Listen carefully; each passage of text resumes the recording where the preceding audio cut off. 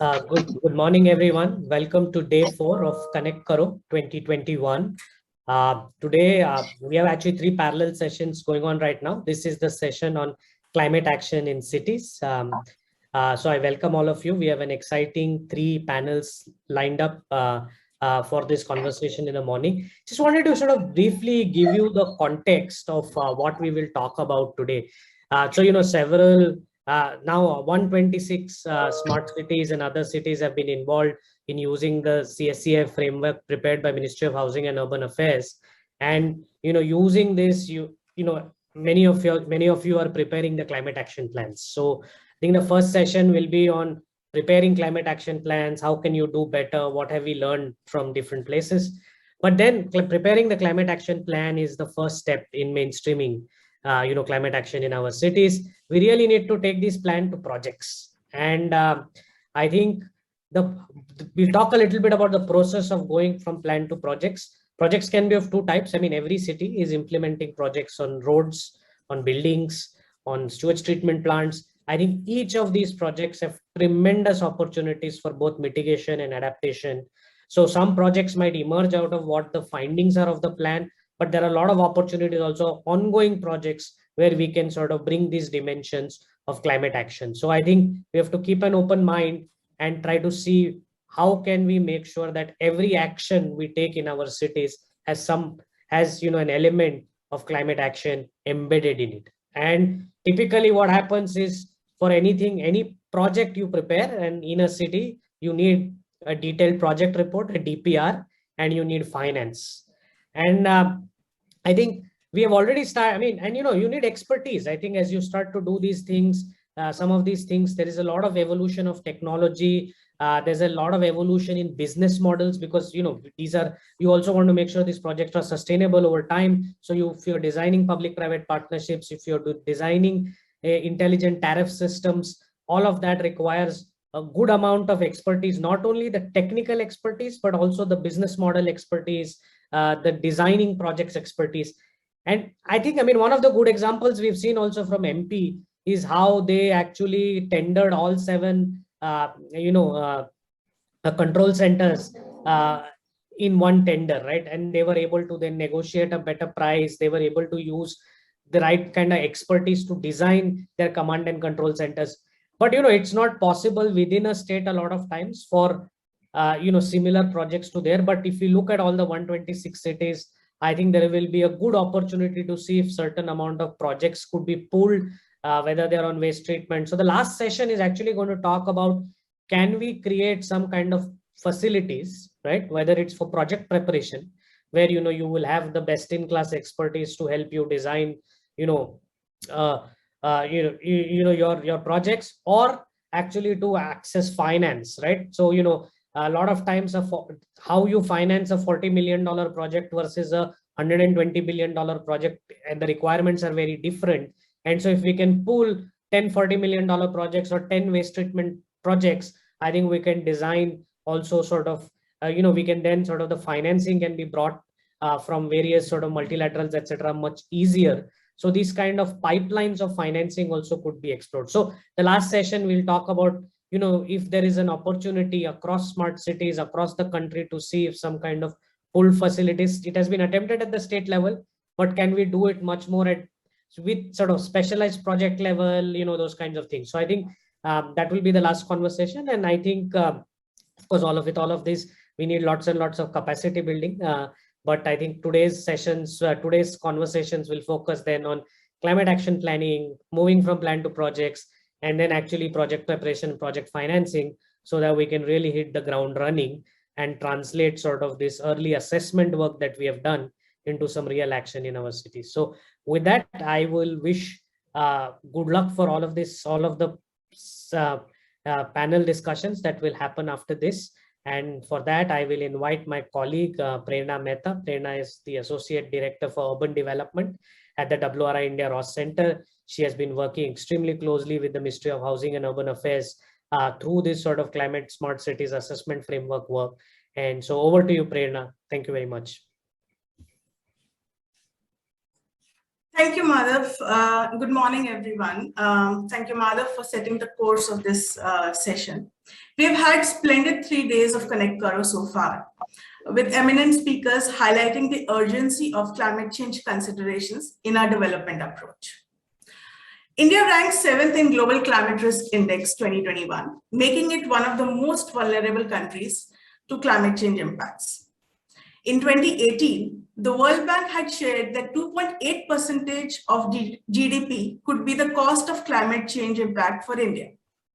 Today, cities are responsible for nearly 70% of greenhouse gas emissions and are at the risk due to increasing population densities and climate change impacts. Climate change is a reality that cities and local governments are grappling with.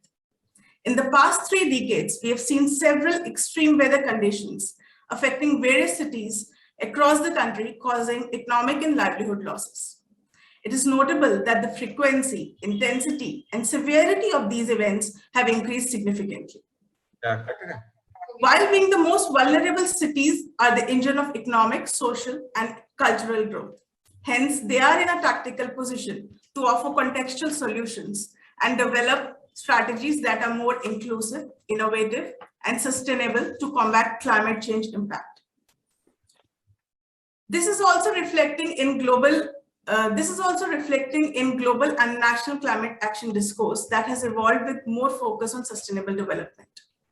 In 2019, Ministry of Housing and Urban Affairs launched a Climate Smart Cities Assessment Framework, the first of its kind framework on climate relevant parameters. This assessment framework has given impetus to build climate action in cities. Several Indian cities have already taken initial steps to address this mammoth task. Let's hear from various eminent experts about how Indian cities are marching towards this paradigm shift. With this, I will invite my colleague Prutha Vaze, who is manager with climate program at WRI-India, to moderate the first subsession on planning for low carbon resilient cities. This session will focus on how various cities are formulating inclusive and contextual climate action plans. Prutha, over to you. Thank you, Prerna. Thank you, Madhav, for the wonderful introduction and setting of the tone for this session. As Prerna has explained, so this session will look at how cities in Madhya Pradesh are undertaking their climate action plans and how they're implementing it. So without much ado, I'll invite the first speaker, Ms. Avni Agarwal. She is a project associate. She is a senior project associate from the climate program, and she's currently involved in developing the city level action plans of Mumbai and 7 smart cities in Madhya Pradesh. She has also worked on developing an emission estimation tool based on Ministry of Housing and Urban Affairs Climate Smart Cities Assessment Framework. Apart from being involved in creating city-level inventories and climate, she supports efforts to build capacity and mainstream climate action at the subnational level. She holds a master's in public policy from St. Xavier's College in Mumbai and a bachelor's in international and environmental studies from Foundation for Liberal and Management Education, University, Pune. So, Avni, I now invite you to share your presentation. So, thank you. Thanks, Prutha. I'll just briefly share some insights from our work on city level planning with the 7 smart cities of MP. So to just sort of establish the need for climate action in cities, it is also important to understand how the state is growing and urbanizing. So the economic growth rate of MP was the second highest in the country between 2013 and 2017, and it is it increased at a CAGR of 11.14% from 2015 to 2021. The 476 cities and towns in Madhya Pradesh accommodate roughly 20% of the state's total population. MP is following the national trajectory of urbanization closely with an annual growth rate of 2.3%. Given this trend, it is important, just give me a minute. Given this trend, it is important that cities need to create systems that provide high quality of life for all. And this needs a vision on how to build and manage cities while also being resilient to the impacts of climate change. So urban areas in MP are prone to extreme climate-related weather events and face multiple climate risks, including heat waves, urban flooding, storms, and droughts. Gwalior is among the 10 hottest cities in India with average temperatures at 40.7 degrees. In fact, in 2019, temperatures reached 49 degrees in the city. 6 out of 7 smart cities in MP have witnessed urban flooding in recent years. This year, Gwalior witnessed devastating floods with economic losses amounting to a whopping 10,000 crores. Different cities in MP are projected to face increasing instances of thunderstorms in the future, and cities like Gwalior and Satna are also expected to witness a higher number of drought years, with an increase of in 2 to 3 weeks in of drought period in the next 2 decades. So let's look at the emissions in this in the state. So the total GHG emissions in the state have grown by 65% between 2005 and 2015. With the energy sector being energy sector is the biggest contributor. Agriculture and commercial sectors emissions have nearly tripled. Transport sector emissions have grown 2.4 times, and electricity generation emissions have also almost doubled. Given this background and the urgent need for climate action, WRI-India has partnered with EPCO to support the Department of Urban Development and Housing and the 7 smart cities in Madhya Pradesh to develop their city-level climate action plans in line with MOHUA's Climate Smart Cities Assessment Framework.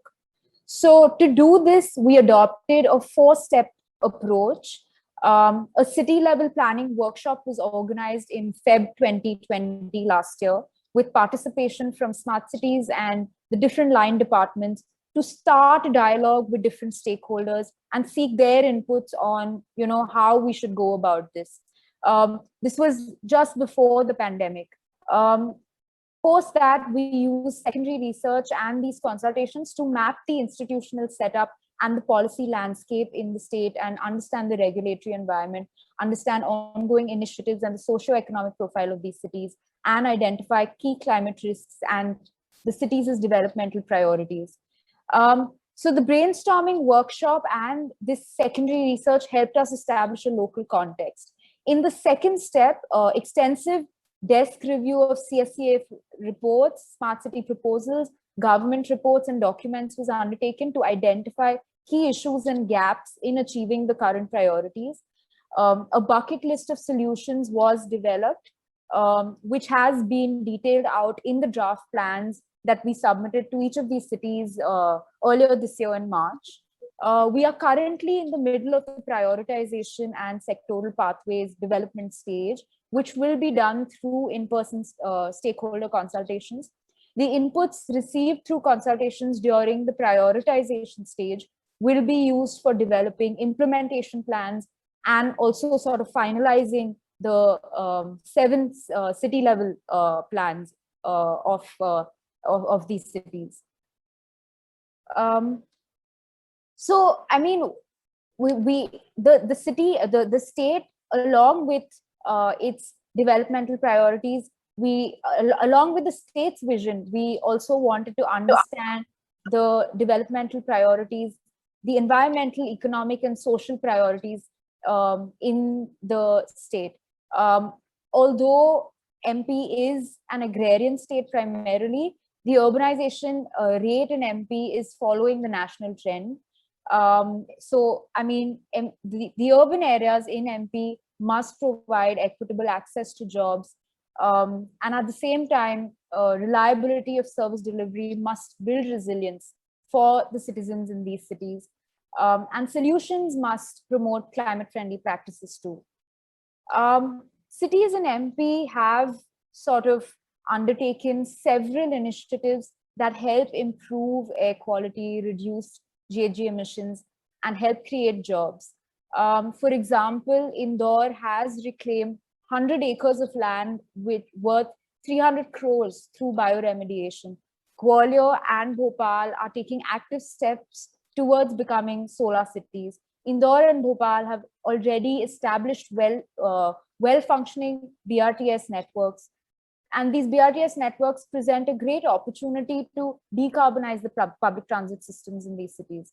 And the other 5 cities have the experience of Bhopal and Indore to learn from. So, I mean, also a city's ability to act on climate will largely depend on the health of their economies and their population sizes. So we've used these 2 parameters to categorize cities into 4 different types, which are thriving, emerging, stabilizing, and aspiring cities. Thriving cities have a high GDP per capita today and a high ratio of projected growth in GDP per capita to projected growth in population between 2021 and 2030. Emerging cities would have low income today, but have high income growth relative to population growth. Stabilizing cities have high income today, however, low income growth relative to population growth, and aspiring cities have low income today and low income growth relative to population growth between 2021 and 2030. So based on sort of this categorization, we've classified the 7 smart cities of MP into these 4 typologies that we saw on the previous slide. So on the x-axis we have the ratio of GDP growth to population growth, and on the y-axis we have per capita GDP growth. The point where the axis crosses is the national value, and as you can see, over the last decade, Bhopal has stabilized, whereas Indore, Satna, Ujjain have demonstrated high population growth.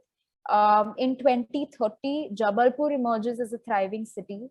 Jabalpur is sort of the biggest urban area in the Maharashtra region of MP, and it supports a large sort of hinterland. It is a military base, has 4 ordnance factories. It has witnessed phenomenal growth in garment manufacturing over the last 10 years. It has over 50,000 skilled workers employed in different sectors, employed in the garment manufacturing sector. The city is surrounded by a rich mineral belt. The city offers excellent educational facilities. So it also serves as a gateway to eco and ethnic tourism as well. So essentially all these different business activities mean that the city's productivity will increase over the next decade. On the other hand, Indore's economic growth, we forecast will stabilize by 2030, as its ratio of projected economic growth over population growth will be lower than that of a thriving city like Jabalpur. We also conducted sectoral analysis for all 7 cities. We look at the waste sector, so we've covered all 5 CSCF sectors.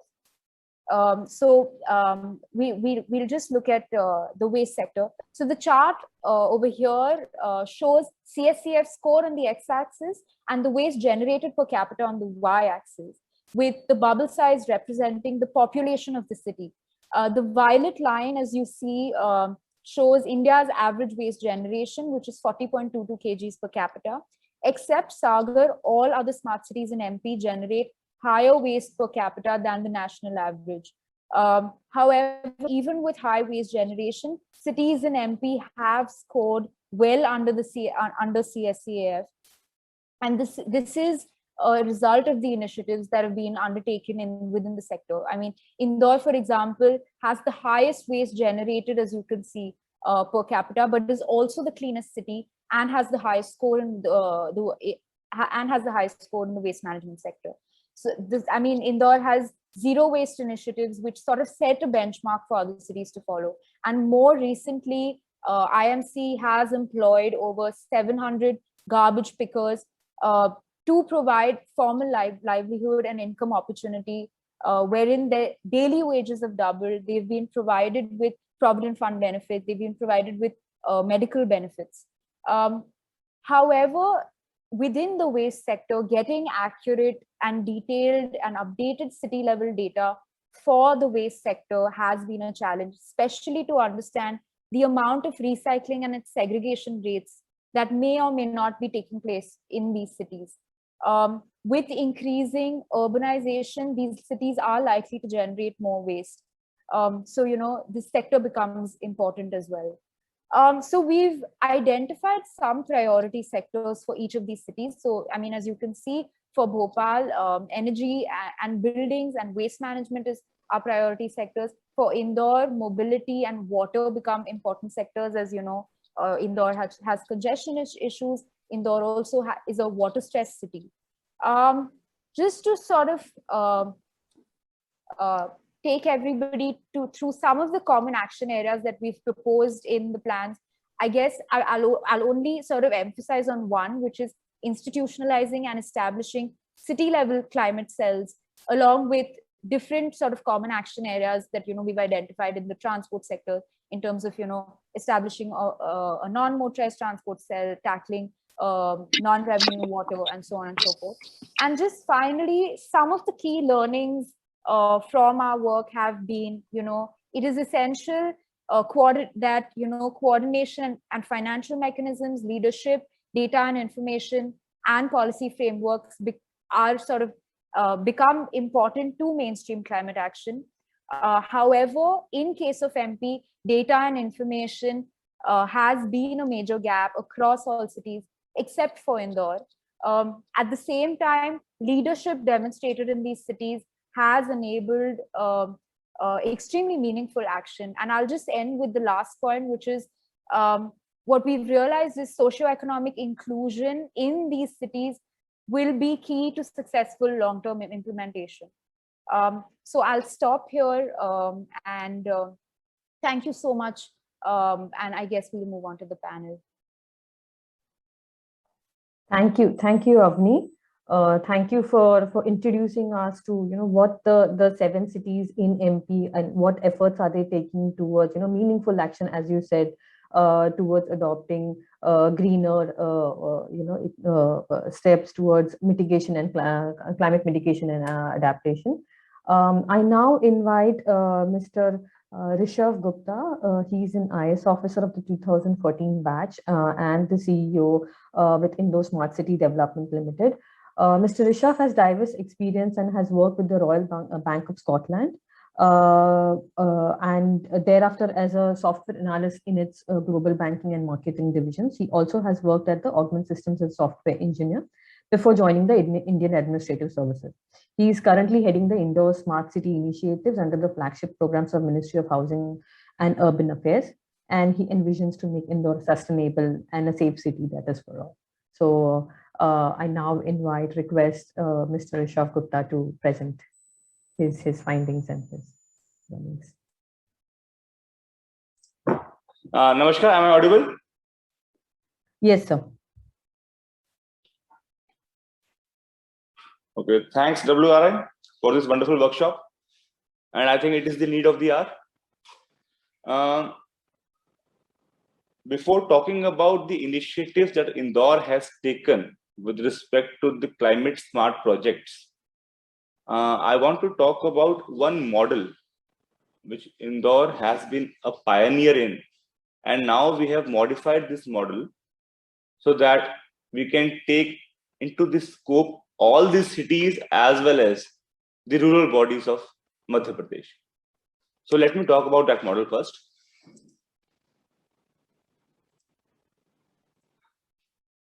Is my screen visible to all? Okay. So it's basically a consultation model for the monetization of eco-friendly projects, or the projects which are basically under the ambit of this climate smart projects. So as we all know, this climate change is a reality now. due to rapid industrial growth, concentration of greenhouse gases, increased energy footprint, rapid deforestation, and due to all these things and man-made activities, this climate change is actually taking place. The consequences being global temperatures being rising, sea levels rising, biodiversity losses are happening. We can see forest fires, and the weather patterns have really become unpredictable. But at the same time, I think all of us, all the nations are working together in it. And there are many interventions that are taking place, like use of alternative energy, solar, wind. We are doing projects like bioremediation, projects like afforestation, reforestation. Then we are capturing methane from composting.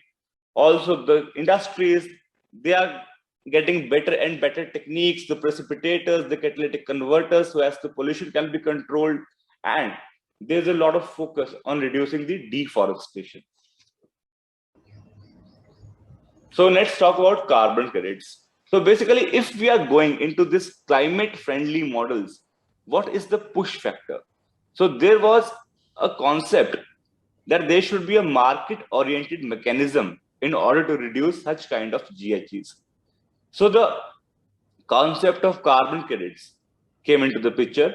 So one carbon credit is nothing but 1 ton of CO2 equivalent emission.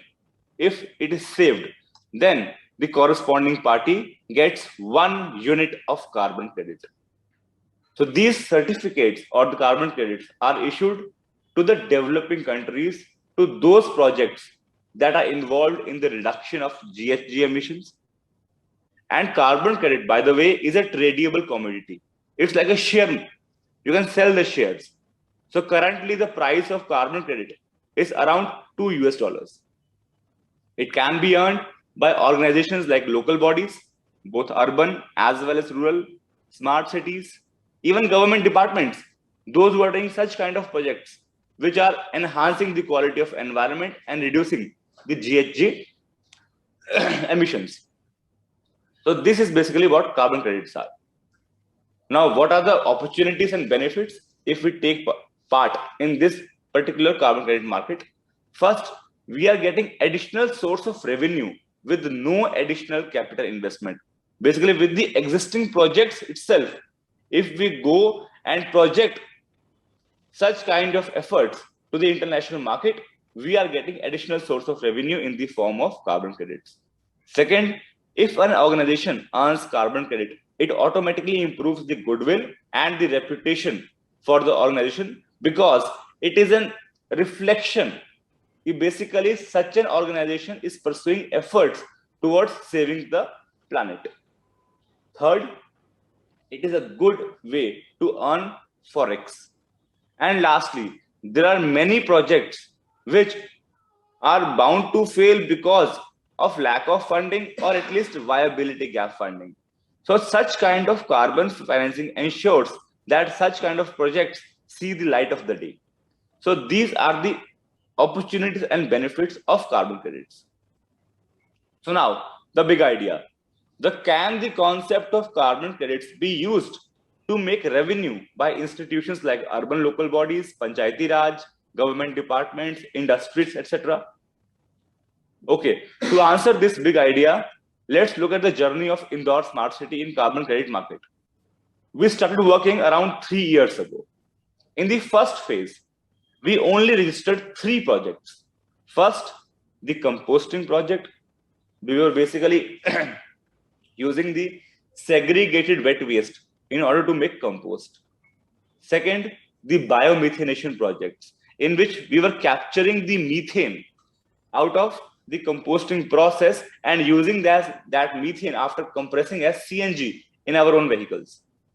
And lastly, solar energy production.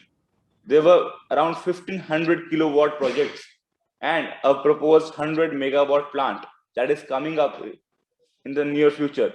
Those projects were registered under the VCS mechanism.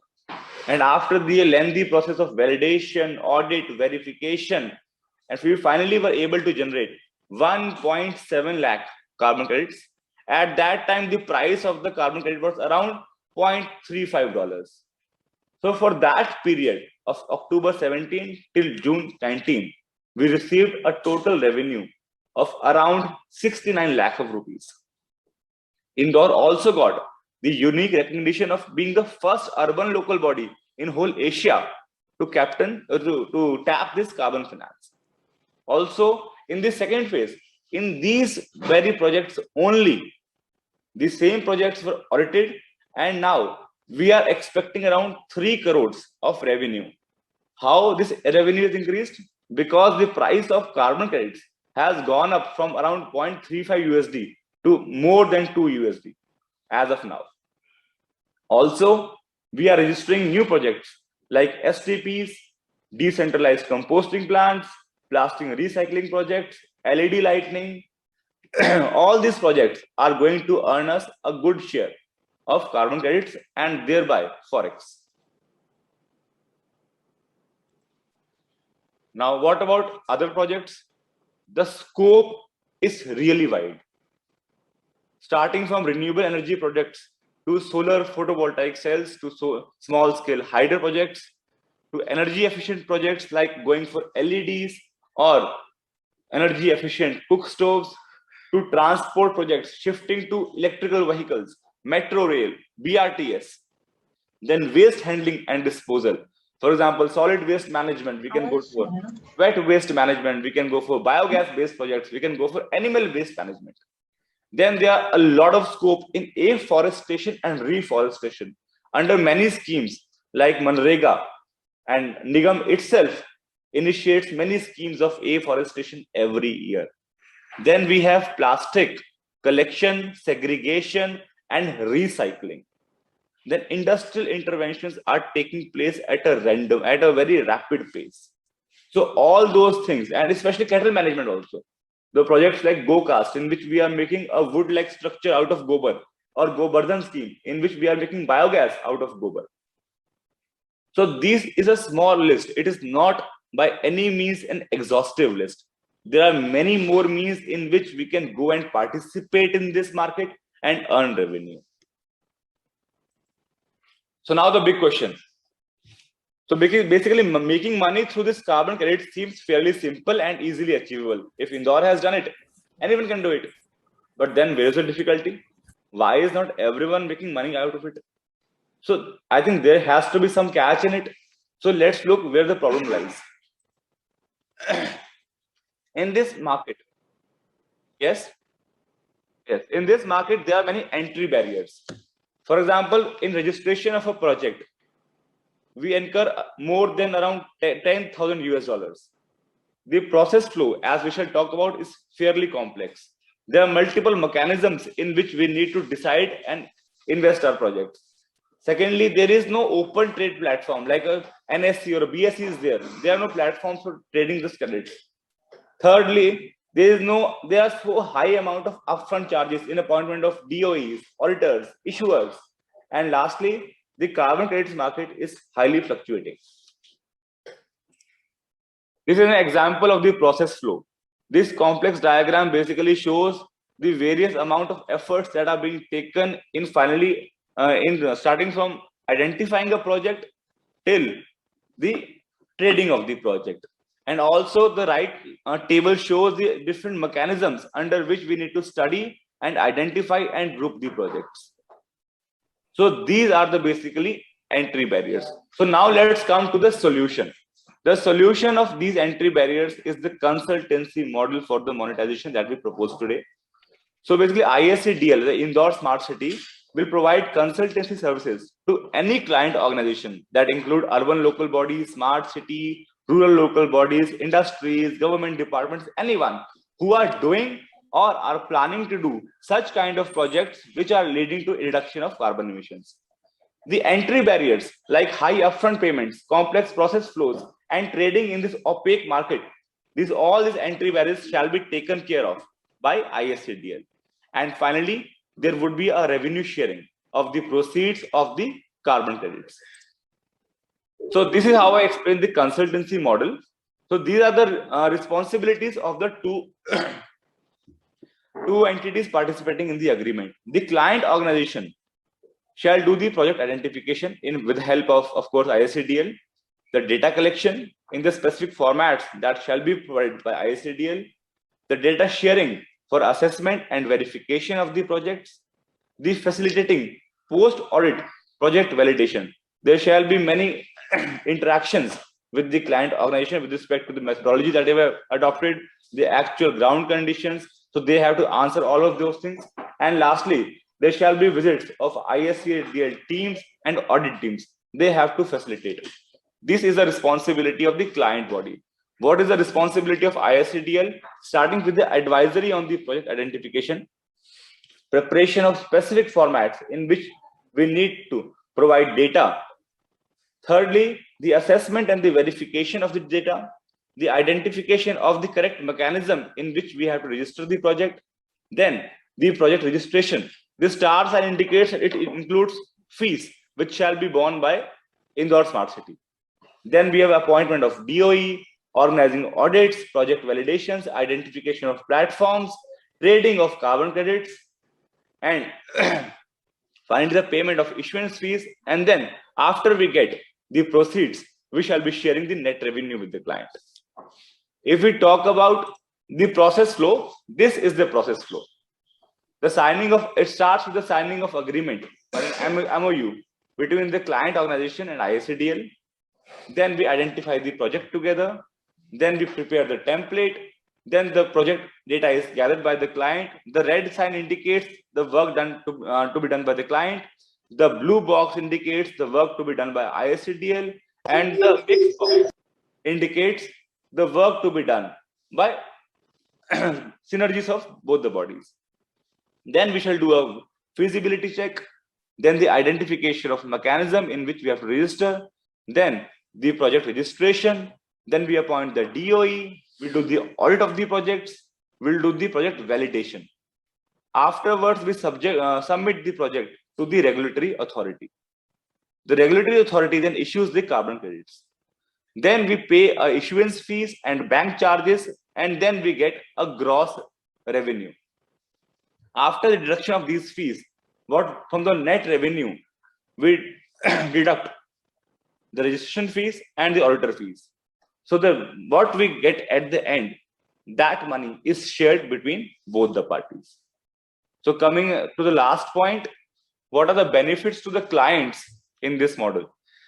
The clients or the government entities, they are getting additional source of income from existing projects. They don't have to invest anything. Second, no upfront charges are to be borne by the client. All those things are to be taken care of by Indore Smart City. Third, there is an increased opportunity for future carbon investment. If a person goes and says in the market that, yes, I have earned carbon credits in the past, it automatically increases his or her credibility in order to get further investment in such kind of projects. And lastly, there is a concept of international recognition and goodwill enhancement. So all these benefits are to be shared with the clients. So this is the basic model that we propose. It's the consultation model for the monetization of eco-friendly projects. Thank you. Nice presentations. Thank you, Dr. Mr. Rishabh Gupta, and thank you for sharing insights on how Indore City is leading the work in carbon finance market, and how other ULBs can earn revenue from such projects. It is also interesting to know how Indore Smart City can provide help to other stakeholders who are taking up similar projects. So thank you for that. And we now open the floor to the panel discussion. Just a quick note, if anyone has any questions, they can post it in the chat box, and the experts will respond to the questions. We also have a Q&A session at the end, so maybe we can take up, like if the time permits, we can take up some of the questions later after the discussion. So because of certain time constraints, I'm inviting Mr. Jitendra Singh Chauhan. He's the CEO of Ujjain Smart City. Sir, can you share your learnings and how Ujjain is dealing with climate impacts and how the city is taking efforts to address these issues. Hello everyone. Good morning, Jitendra here. Uh, uh, I would like to say about Ujjain that Ujjain is a predominant religious and tourism-oriented city. And regarding the climate resilience, we are doing much effort from our side. As my colleague Rishabh Gupta said, that Indore is doing very good in carbon credit. Yes, of course. Sorry. Yes, he is a partner in the climate credit in MP, and they are doing very well in clean city work and all related all the other works. But in Ujjain, we are very fortunate that we already having a very good atmosphere and climate here, because we have very good air quality here. We are very good soil quality here, and fortunately, with some restrictions and CS rated works, many good things we have for the Ujjain. And our main target is to just achieve and sustain this all quality we already have. As we know that nature provided us very good things, and we are just trying to balance the Panch Tattva, which is Jal, Bhumi, Vayu, Akash and Agni. I think this is the basic thing which we have to concentrate, and we are concentrating on that. So I will not take much time. Just I will share some data and some projects which we are doing for the Ujjain. We are working on the RMT. We are just actually we don't have much plantation, or we can say that we don't have a good forest area here. So we are planning to make a urban forest here. We have a space, and from small cities we are going to create a urban forest, and we are going to plant around 30,000 plus plants there. And in the Ujjain city administration, and through the city administration, we are also planning to plant around more than 1 lakh plant this season. We are also doing lake rejuvenation work in our cities project, which is sponsored by the France government and FD. And we are also already installed smart lights for light efficiency. We are also creating more parking spaces to avoid the carbon emission from the vehicles. We are working on the e-vehicle tracks. We are recycling the waste as other cities are doing. The low carbon emission is a very good part for the Ujjain city, and we are also maintaining a good air quality. I just want to share the data, which is PM 2.5 is 12 mg per cubic meter. We are also planning for the SCADA. As I want to say with Indore, that we are also working on carbon credit. We are working in biomethanation, solar panel, and for the efficient energy. In this, the main thing which I want to share with you all, that in the transportation part, we are just planning, or we are just suggesting that Ujjain is also a good city to run the metro rail. Why? Because in the Sihast, around 2 to 3 crores of people visits in Ujjain. So at that time, it will a good opportunity for all the visitors or pilgrims at that time, because जो हम लोगों का मानना है इसमें, अगर metro rail यहाँ पर हम लोग चालू करते हैं, तो उस केस में हम लोग जो लैंड इक्वेशन वाला एक पार्ट होता है, विल रिड्यूस दैट, और साथ में ही जो कार्बन इमिशन वाला पार्ट है, will also reduce that. And most of the related things are also will be get benefited to that. And these are the some basic features which Gen Smart City is doing. And yes, we are doing we are initiated the things right now in a slow and steady manner, but we know that we will definitely achieve the sustainable climate change. This from our side. Thank you so much. Thank you so much, Ma. Thank you for sharing like what initiatives Ujjain is taking, and especially in the sector, knowing that it's a religious and cultural capital of the state, and how you are taking efforts to manage the incoming pilgrims and the associated transport related issues. So thank you for that. I now invite Mr. Lokendra Thakkar. He is currently heading the State Climate Change Division in EPCO, which is an autonomous body in the Department of Environment, Government of Madhya Pradesh. He has a vast experience of 32 years at the subnational level in this sector. He's also the officer in charge of the State Wetland Authority of Madhya Pradesh. So thank you. I would now invite Mr. Lokendra Thakkar to share his learnings. Thank you very much for inviting me for this very important discussion in Connect Karo. And I think this is one of the most beautiful example of Connect Karo. Am I audible? Yes, sir. Okay, thanks. So I think this partnership of EPCO and WRI with smart cities is one of the most important and beautiful example of Connect Karo. WRI connecting with EPCO, EPCO connecting with smart cities to WRI. So this is the basic idea, and I'm very happy that you invited me for this workshop. I also want to congratulate WRI for completing 10 years. I think this is WRI-India's 10th year, and WRI has done commendable work not only in Madhya Pradesh but on the entire country, and your footprints are visible in different parts of this country. Invaluable participation and contribution made by WRI on many projects. It has been an incredible journey.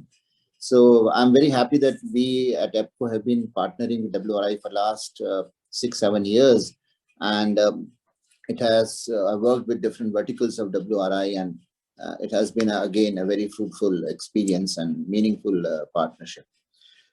Thank you very much to the previous speakers. I listened to the Avni's presentation and then the presentation by Mr. Gupta on Indore's CDM experience, and also the Ujjain CEO of Smart City, Mr. Jitin Singh.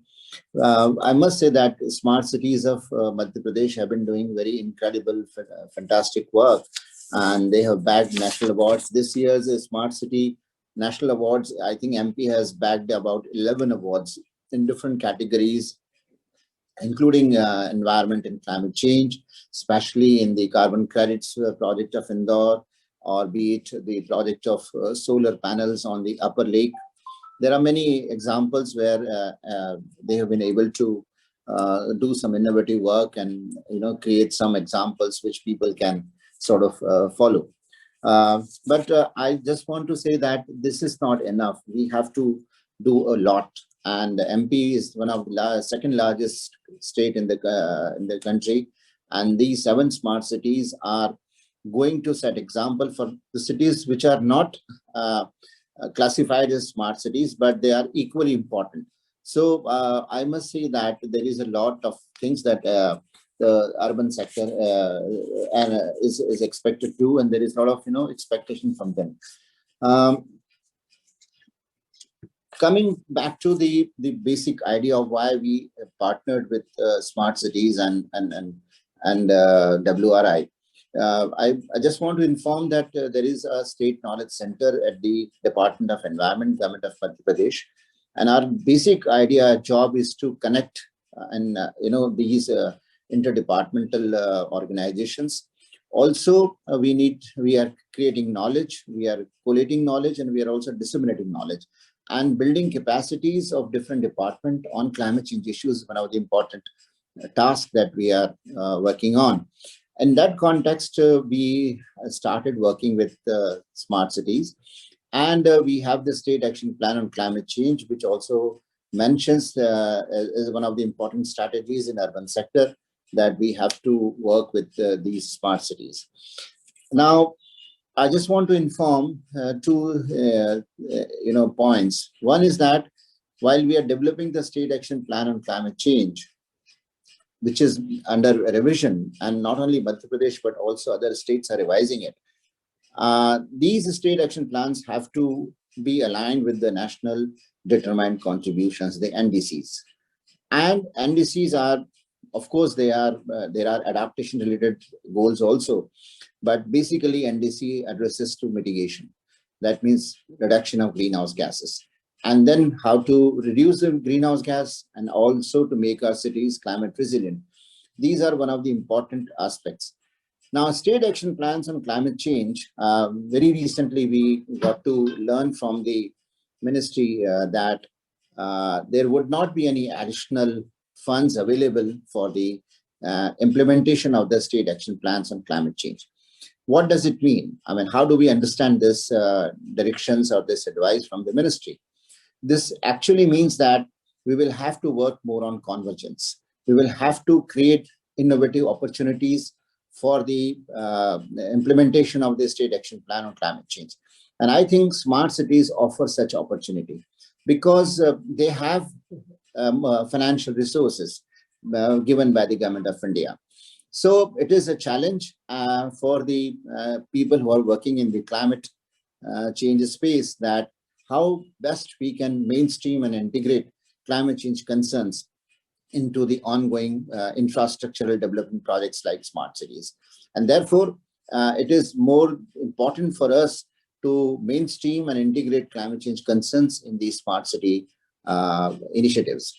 The Ministry of Urban Affairs and Housing has rightly created this framework of smart city, and I'm very happy that we have been working with most of these smart cities, although it was difficult for us to even in the Department of Environment, it was difficult for us to contact the respective CEOs of smart cities in the initial years. Only Bhopal and Indore were quite proactive, but other cities we could not even reach out to the CEOs, I must confess it. But in last 2-3 years, we have been able to make contacts. We have been able to give them this kind of understanding that it is important for them to create such action plans and make your cities not only smart but also climate smart. So in this context, this entire process of cooperation and partnering with WRI started, and I must congratulate and say thank you to WRI for developing beautiful city action plans. And I must I request all the CEOs to please spare some time and look at these plans which WRI has developed. I also think that MP is the only state in the country, unlike the Mumbai Climate Action Plan, which is a big city. I don't have any idea that other states where the smart cities are there have similar kind of specific climate smart action plans. And MP is having all the 7 cities have these plans. And if these plans are actually implemented, then we can really make our cities climate smart. Lastly, I would like to talk about the point that Avni made in her presentation, that we need to make inclusive any initiative, anything, because these mitigation projects looks very glamorous and very attractive, but then this is not the basic purpose of to me, I mean, this is my personal feeling, that this is not the basic purpose of making any city smart. These are very important initiatives. These initiatives must be pursued, and we would like to support all the smart cities in developing these projects. But unless you include the last person of your city into the entire process of making your city smart, I think your objective is lost. So we should not only think of making cities smart, but also there is a requirement, there is a need to look at what are the basic needs. And I see in Bhopal and in other cities also that while we develop our cities, we are compromising. We seem to be compromising. We may not be, but we seem to be compromising on the environment side. And therefore, it is very important for us that we should not cut any trees. We should not pollute our water resources. We should see how we can sort of conserve water. And in that context, I would like to congratulate again Indore for making their city Water Plus, which is again a very big initiative, and people's participation, which is a very great example And our Honorable Prime Minister also mentioned this success story in his Man Ki Baat. I think in the last episode, we talked about it. So I think these are some of the very important things that I wanted to share. And I would request all the CEOs of smart cities to please look at these plans. Our teams are going out and meeting all these city and organizing some consultation workshops in the next week, starting on all the 7 cities. So please spare your time, give your ideas, provide leadership, and see how we can make our cities smart and also climate smart. Thank you very much. Thank you, Mr. Thakkar. As you rightly pointed out,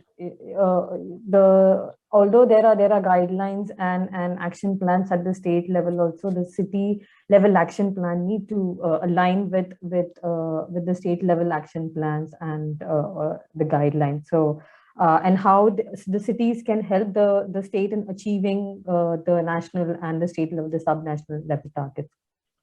And with that, I now invite Ms. Tanvi Hooda. She's the Commissioner of Satna Municipal Corporation and Executive Director and Chief Executive Officer of Satna Smart City Development Limited. She's an ISO for the 2014 batch. She has taken several initiatives in the sectors of health, employment, livelihood generation. And she hopes that she hopes for a successful implementation of the smart city project in the city by adopting innovative initiatives. So I would now like to request Ms. Hooda to present her learnings and findings from the city. Good morning to all. Thank you very much for this opportunity. At the outset, I would like to say that this is a wonderful initiative, and today it's Ozone Day. And it so happens that we've also had a local program here in our city, and we are planning to plant. In fact, we've started the plantation early morning, and we're planting about 100 trees today. And that would extend to about 1,000 by the evening. So that's our target for a single day today. Apart from this, I would just like to give a brief account of the Satna city. It was the third phase in which Satna has been selected as a smart city under the smart city project. And it's got a population of about 3.5 lakhs. So overall, what our initiatives have been, we've taken a look at the plan which has been given to us by WRI and EPCO. Presentation was held last month. And subsequent to that, we've held meetings in the office and also taken inputs from the various stakeholders. Whatever we found out is that when you move into an urban sector, so there are difficult points which we need to encounter and then subsequently present solutions. First and foremost, Satna is the cement capital of the country. And we've got a lot of cement factories. Even within the city also, there are about 2 factories. One is the cable factory, another is a cement factory. So there's a lot of pollution which we encounter. Secondly, it's a hot place where the summers are unusually hot, dry, and rainfall is also very sporadic. This year, of course, we've received good rainfall, but that's an exception so far. Then, of course, what I see personally is that green cover is pretty much lacking here. So we have started over the last 4-5 months public participation and invited our citizens to come forward, adopt parks. We've achieved some success in that aspect also, in which certain people have come forward, they formed associations, they have adopted parks. In fact, in their own initiative on the World Environment Day, they have planted about 500 trees also. And subsequent to that, local factories are also approached through CSR funds. So we're developing a Miyawaki forest also. So that is as far as what the greenery initiative which we are taking up. Next point relates to the energy sector. So as the city would grow, we would find that overall the energy consumption would definitely increase. So how exactly to balance that? So we formulated a plan in which rooftop solar plants would be established, and especially for all the government offices, this plan has been taken up. We are also inviting private partners in the sense local RWAs and housing associations to come forward, and the interested parties can then take it up through the concerned department also. There are subsidies available, and that would definitely lead us for a better chance in which we are giving back to the grid also, and overall net consumption would definitely reduce. Other than that, since water is also an important point, so we find that currently Satna does not have meters for water connections. So we are proposing for a smart metering policy for water connections also, since we are supplying about 37 MLD per day, and that itself is not able to basically it's appropriate for the amount of people here. However, there's a lot of wastage, and to counter that particular wastage, we want that metering would be there so that people control and do not waste water, which is currently being done. And also in that, another point is there are a lot of water bodies here. So within the city, we have about 8 to 10 lakes also. We've taken up the beautification of lakes, of course, that's another aspect. However, also the cleaning and sort of, again, with public participation, bringing people forward, not to pollute it. There's a lot of sewerage, which we find that it's getting, drained into the lake. So that itself is being targeted. Sewerage treatment plants are being established near to the body, and treated water would only then be flown into the lake.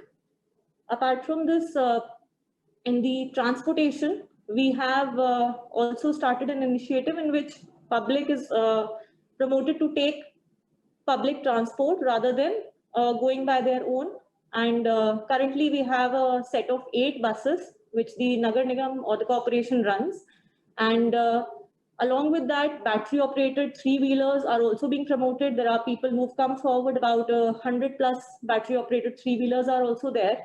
And we are also undertaking another project in which women through SHGs, self-help groups, would be motivated to take up a pink auto sort of a model here.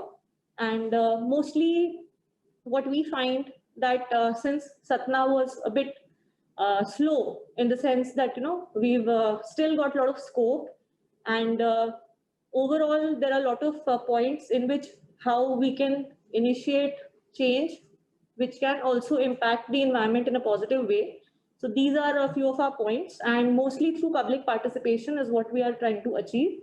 And we hope that with the partnership of EPCO and WRI, we'll be able to do so. Thank you very much. Thank you, ma'am. Thank you for sharing the initiatives that Satna is taking in different sectors, to such as air quality, increasing green cover, and smart metering to ensure that there is equitable water supply to everyone. And as moving towards the next panelist, I would now request Mr.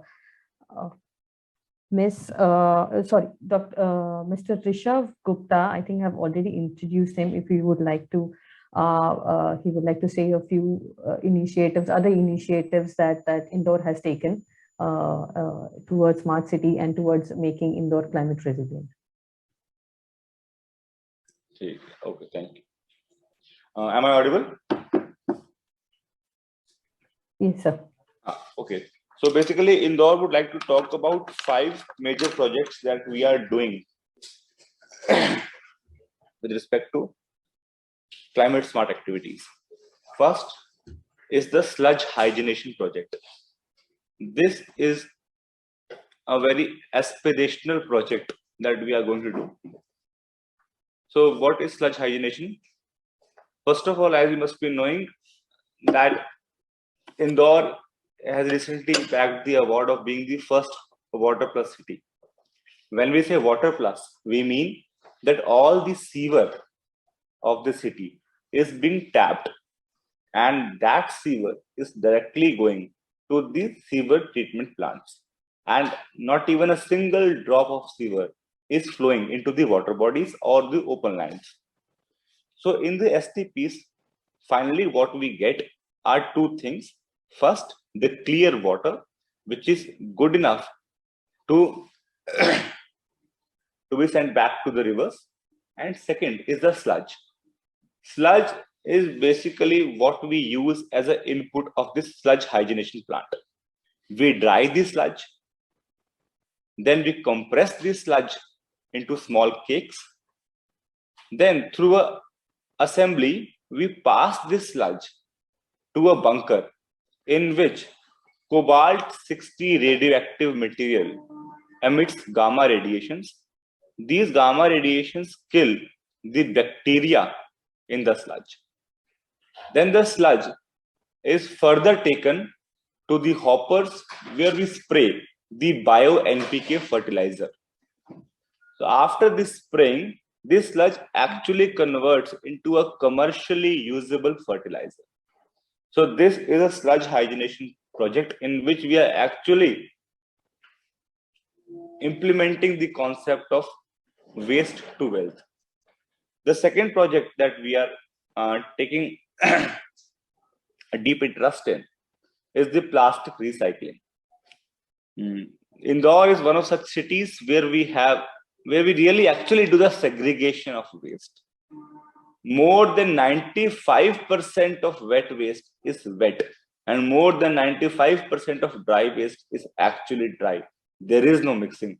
Thanks to all the people of Indore, all the public representatives of Indore, that such a culture is now embedded in the minds of people that yes, we have to segregate this waste. So when we get dry waste, we are preparing our cities for the future. So how should the upcoming development should be, whether we are, so this I feel is missing from all our talk and whatever we are discussing today also. So if some development has to come, so where to start, how to start, whether we do the regional level analysis of the drainage pattern, where all are the drains within the city, and how we are declaring the no development zones within the city, whether we are providing in a buffer along all these first order, second order, third order drains which are in our cities. All rivers in all the cities of India have died because of this very reason, because we don't have any buffer along forget about the buffer, we are constructing over these drains, because in our development plan and whenever we initiate certain project, we don't do such analysis. So we construct over these first order, second order, which are not very visible to the naked eyes, but when you do the scientific analysis, then you see all these things. So where we are building, whether it's a water gathering slopes, water gathering areas, or it's a water spreading areas, so which are suitable for development, what is the soil condition. So all these things are very important when we identify the land for some development purpose. So this is very important that scientifically one should identify that in our outskirts, which inside we already have developed, and whatever redevelopment projects we are doing, what and how should those redevelopment projects are to be done. And the case is our the ABD area of Bhopal, which personally I didn't like at all the way it got developed. And these are my personal views, and whatever new developments will come in the greenfield area around the city, how they should come, where do we have the guidelines for that? So there, the scientific assessment is very important of the area which we are using for our development purpose, because it's very important to conserve all our water bodies. That's what the Indore ULB is doing, Smart City is doing in Indore, the way they are recycling their water, wastewater, reusing it. It's very commendable, and it's very rarely we see that such initiatives in the city. And if we do it at a decentralized level for our upcoming areas, and see that so that we conserve our forest, we conserve our water bodies, we conserve our agricultural land which we need, whereas we are not talking about food security. We are eating away all this cultivable good agricultural land. in the name of development. So if we identify this land which is more suitable, developable for such future developments, it's very important. It's very important to include this and make guidelines for that. And yeah, that's it. Thank you, Dr. Pandey, for highlighting, what the challenge is. If the cities in MP are already taking several initiatives, but they still have so many initiatives which are proposed and in pipeline. But what are the challenges that the cities still need to address? So I would actually now like to request Tanvi Madam, Ms. Huta to let us introduce us how regional planning is being integrated into the implementation of the smart city initiatives. I understand there are several initiatives which are taken in Satna, especially the rooftop plantation, so which are more of inclined towards nature based and so on. So how these how nature, and even for the other initiatives, so how is regional planning being integrated while implementing the smart city projects and making the cities climate resilient?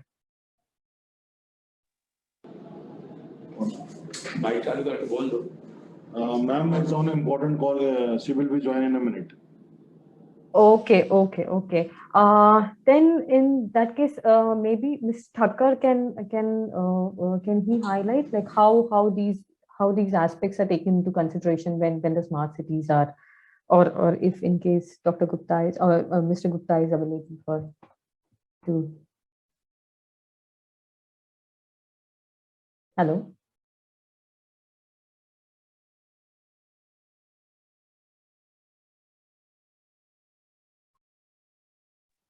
Hello.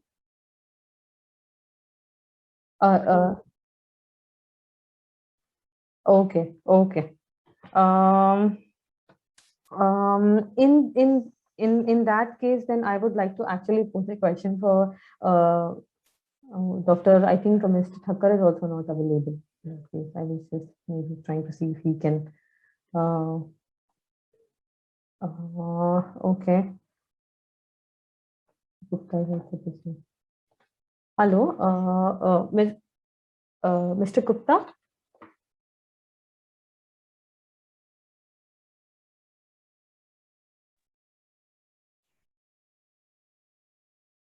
Okay.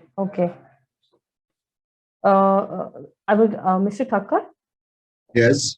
Hello, sir. Just would like to continue with our discussion that we were having right now. So, can you just share with us like how regional planning? Dr. Pandey was highlighting how while implementing the smart cities and other climate resilient projects are being implemented in the cities and states. So how regional planning is being integrated while implementing climate resilient projects or other smart city related projects in cities at the state level?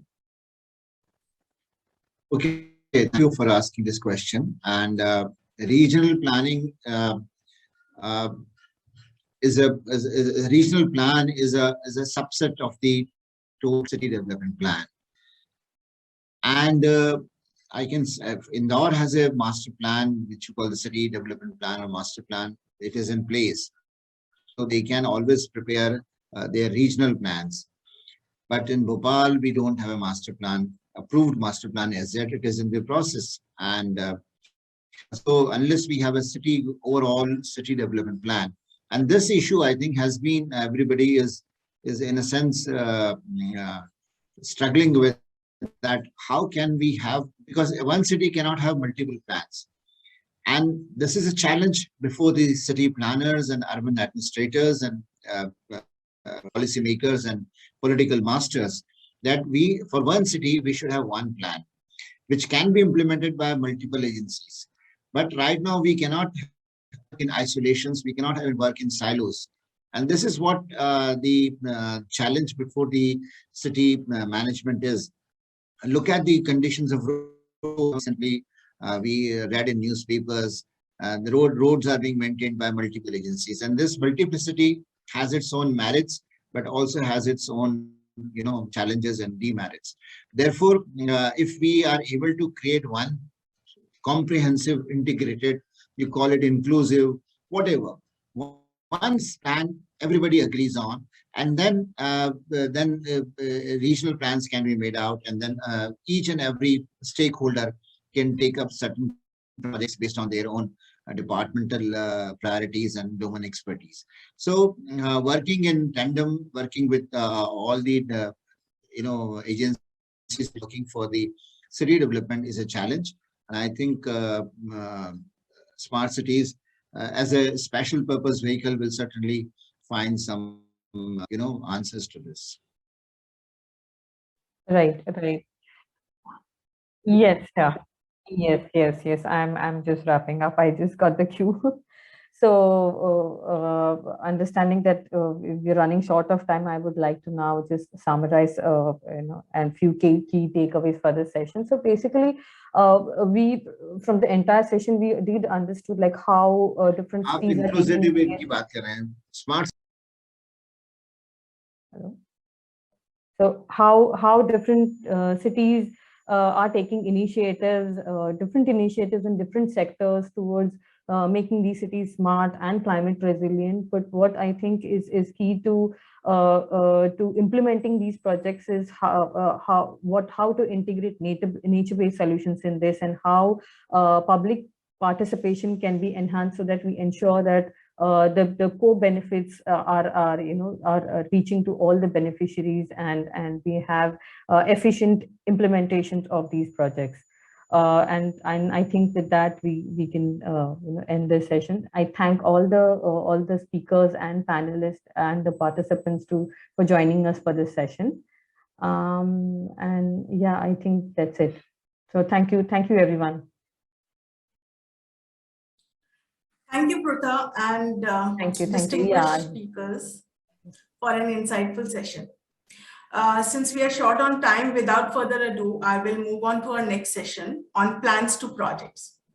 Developing a city climate action plan provides the local government an opportunity to mainstream climate considerations into regular urban development processes.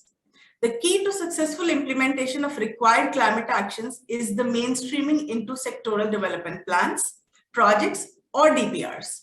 Today, we have a distinguished set of speakers who will bring their first-hand experience on how cities are approaching this mainstreaming. The session will showcase 6 speakers and their presentations. We will hold a Q&A once all the presentations are complete and the time permits. Requesting the audience to post their questions in available Q&A section, and the speakers will respond to that. With this, I will invite our first eminent speaker, Mr. Imani Kumar, Deputy Secretary General, ICLE, and Executive Director, ICLE South Asia, to share his experience on how cities are operationalizing climate action plans. Over to you, sir. Thank you, Prerna, and good morning, everybody. I was just listening to all the smart cities from the Bhopal state, and I'm happy to see the progress taken by various city governments. Since last 15, 16 years, I'm in this field and working with various city governments on climate action planning. And today, if I see the results, what various CEOs have been presenting, and I'm happy that to tell to the world that Indian cities are really working not just only in action planning, but implementing on ground the actions what they are talking about. I will just share a few of my slides, if you can give me the permission. And I will just talk about what is happening in a few other cities where we are working as part of our projects. So you have the permission to share the screen, please.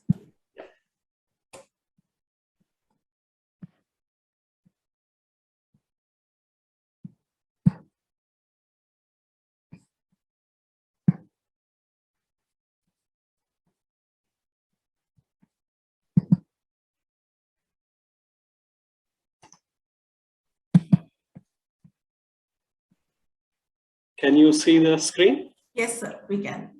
Okay, thank you. I am from Institute, an organization called ICLEI, Italy Local Governments for Sustainability. We are a city association all over the world. And I just want to thank WRI team for giving me this opportunity to share what is happening in various cities where we are working. Internationally, WRI are partners, and we are one of the few organizations came up with a protocol, city protocol on the climate action, on carbon emission inventories. And that has been approved or recognized maybe by the UNFCCC, and which various cities all over the world are working on that. We, as I said, that as a city association, we work through 5 pathways where we talk about more on the low emission development strategies, nature-based development, equitable and people-centered development, or resilient development, and circular development all over the world with more than 2,500 cities. That includes nearly 100 odd city governments. I was actually listening to Mr. Lokendra Thakkar was talking about how many more cities in India are. Really, there are nearly 40 to 50. I can bet, like I can say, they have the climate action plans ready for the city governments. ICLEI itself has worked with nearly 25 cities, thanks to various donor agencies, funding agencies, and governments, including maybe my next speaker, I think Vaishali GIZ has supported us previously on that. And really, again, Anwar, I will say that not in the climate action plan, I'll talk about more on the mitigation front as well as on the adaptation front. Nearly, thanks to Rockefeller Foundation, we have 25 odd cities have resilient city action plans also in India on that. And I just want to add one point here. When we work with local governments all over the world, not just only in Indian cities or South Asian cities, we give from beginning from the action planning to implementation to like looking for the funds. And from this slide, if you can see that various methodologies, what we have come out with, which is recognized by the international associations, international organizations, including UNFCCC, like Green Climate Cities Program or Global Covenant of Mayors were also instrumental. So there are the various methodologies which are available for come out with an action plan, and that includes like carbon emission inventories, like a heat plus or clear path, and then the carbon emission registries that is on the carbon registry, and other tools which we talk about on implementation purpose. Either it can be 100% renewables, eco-mobility, or solutions gateway. And the last one, which I think maybe the next session talks about more on, that is on the financing front. And we have an instrument called Transformative Action Programs, wherein actually right now there is a call is on, if any city is interested to get some more funding for implementation of actions, they can approach us, or on the online, you can see on the TAP Transformative Action Program website, and you can apply on that also.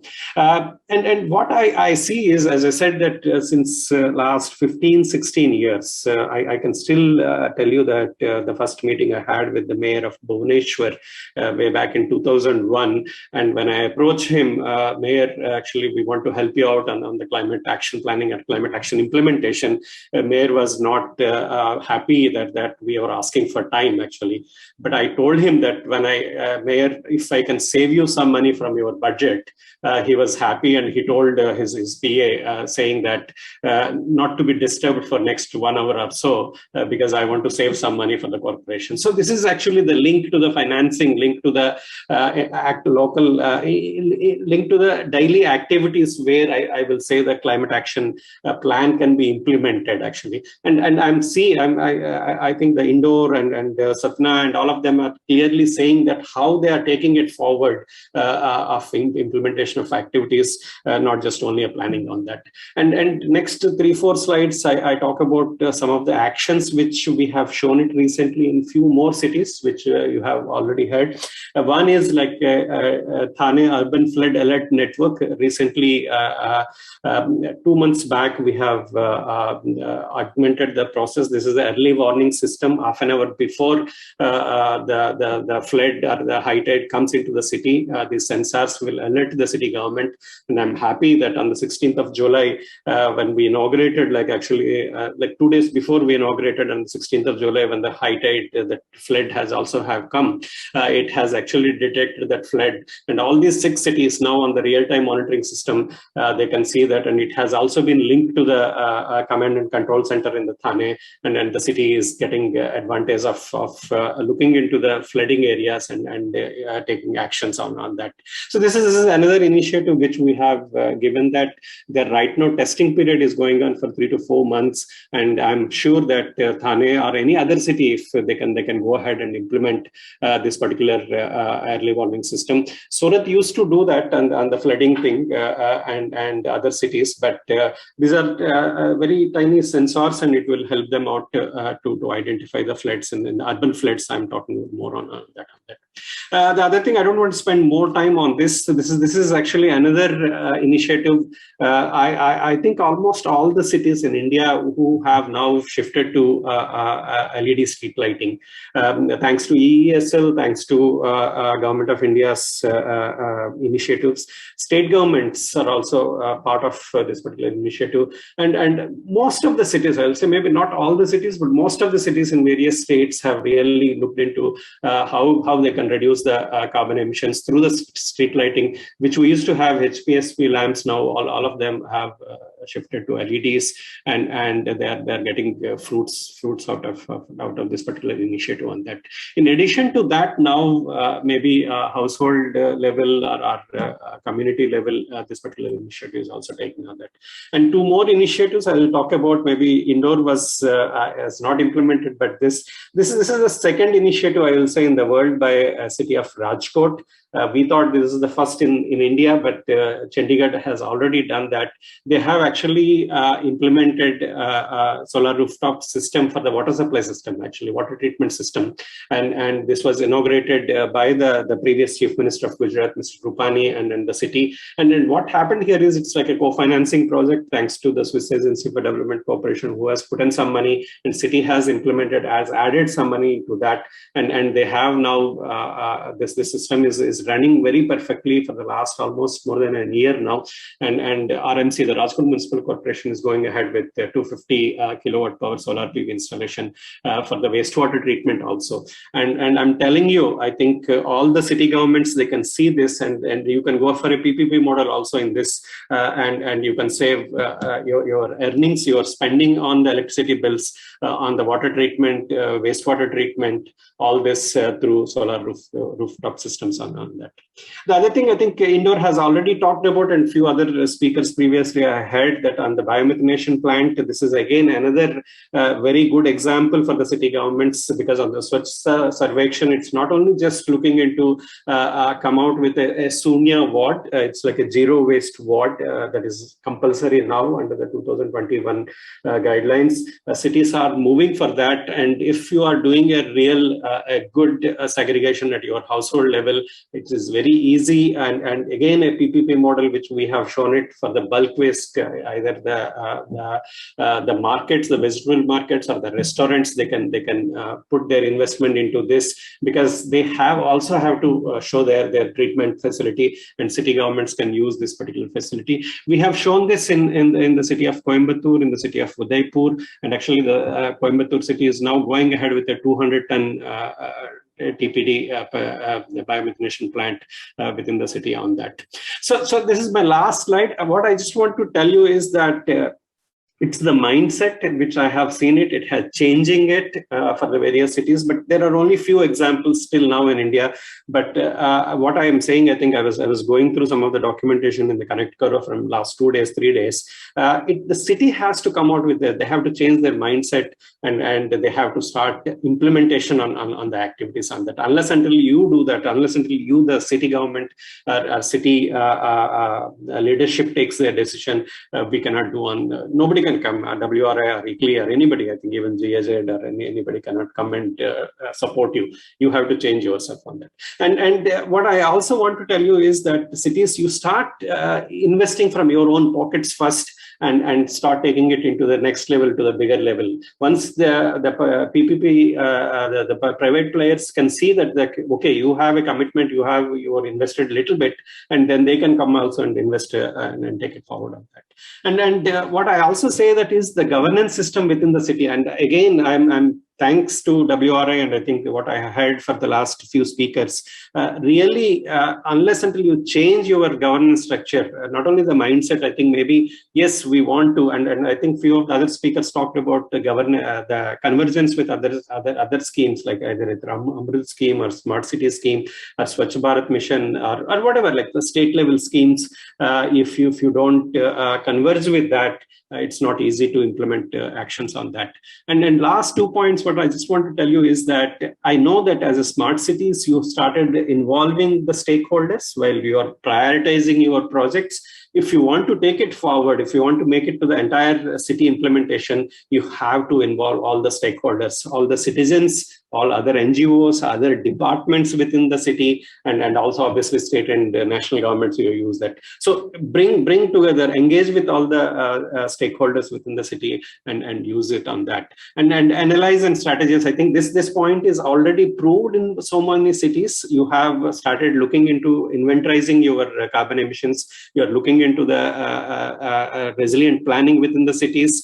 So you have to start with that. I think unless until you start with that, unless until you know where you are right now, you cannot implement any action on that. And I'm happy that thanks to GIZ and other partners who have supported on the climate city action planning, climate smart cities action planning at the Government of India level, and which is like some of the starting point for most of the cities to go into the next level on that. So I just want to thank WRI again for giving me this chance, and thank you. And if there are any questions, I'm happy to take it on that. Back to Prerna. Thank you. Thank you, Imani, sir. I'm going to take away 3 very important and crucial points from what you just said, that we need a changing mindset. We need cities to take lead with that changing mindset. We need to collaborate with partners and stakeholders to make it happen on ground. So thank you so much, sir, for this insightful conversation. And I'm going to take the questions a little later once all the presentations are done. I do have a question on this, but I'm going to hold my excitement and move on to the next speaker, Ms. Vishali Nandan, Head Climate Smart Cities Project at GIZ India, to share her experience on the theory to practice. Thank you. Ma'am, you're muted. Yeah, hi. Thank you, everybody. Thank you, WRI, for inviting me on this August panel. Let me just share my screen and let me know when it's visible to you.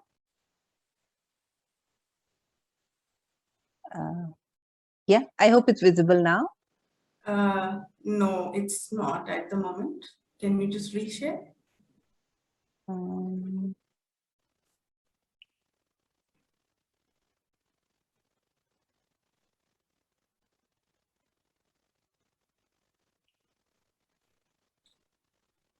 Yes, we can see it now. Okay, great.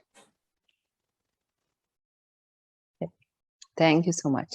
So I think I would basically pick up a lot of the points from the previous speakers, and especially Imani, because we've been, collaborating GIZ and ICLI for now a very long time. but also with experiences with WRI. But let me introduce you some of the things that we have been doing and who GIZ is. So GIZ is a technical arm of the government of Germany. And we have been now in India for more than 60 years, and we are supporting various issues of urban development, energy, environment, and public sector enterprise, and look at sustainability. Our presence is in more than 120 countries around the world, and we have a dedicated team of persons. I'd also like to introduce the Climate Smart Cities project to you, which is the project that I'm heading. We are working in 3 cities, Coimbatore, Kochi, and Bhubaneswar, and supporting the Ministry of Housing and Urban Affairs, the Smart Cities mission. We've been now on the ground for close to 3.5 years now. And the subjects that we are working on include waste management, construction demolition waste, and stormwater, urban planning issues running cross-cutting through and through, urban green cover, stormwater management, and urban green buildings. These are, of course, experiments, and I would like to talk a little more about it.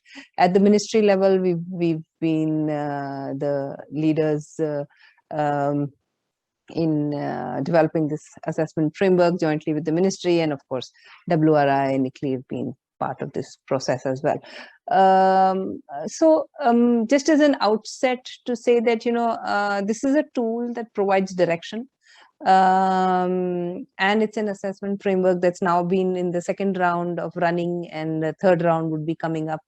And it's something that's important for the cities to look at, because it gives you a guidance of what kind of plan should be developed to reach to a kind of implementation system. There's also this assessment tool that we have created, which is based on the GHG protocol. This is available on the website that you can use to assess your mitigation potential. The second I would, want to talk about is the climate action plan for Kochi that we developed. It was a rapid assessment study. We had done this jointly with ICLEI, and some very interesting things then come up. It's an eye opener for the city, so it's usually a nice tool to have, where it sets the dialogue rolling for the city to understand what really they need to do. And from here, this was basically looking at the city level emissions, which did not really talk about street lights. But if you look at the right side, it was street lights in the municipal building that was really the biggest, energy guzzler. And it prompted the city of Kochi to actually then look at, improving their emission reduction system, and also looking at replacement through their own funds. This is important. They did not want to go through an escrow, through their own funds for the streetlight replacement, and they're currently doing this. We also went on to do a vulnerability assessment, hotspots mapping for all the different services, and it's important to look at this together, hand in hand. So not really to look only at mitigation or adaptation, but to look at both of this and to develop a joint system for the city. It's also important. These are some experiments that we did in the cities. So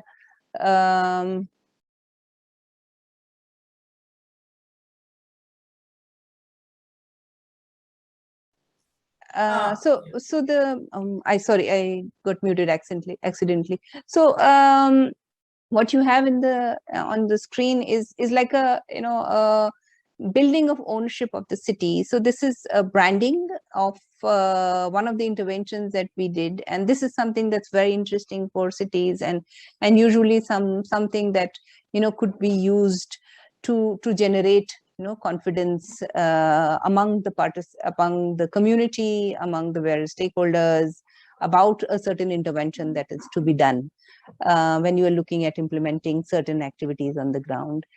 Another innovative,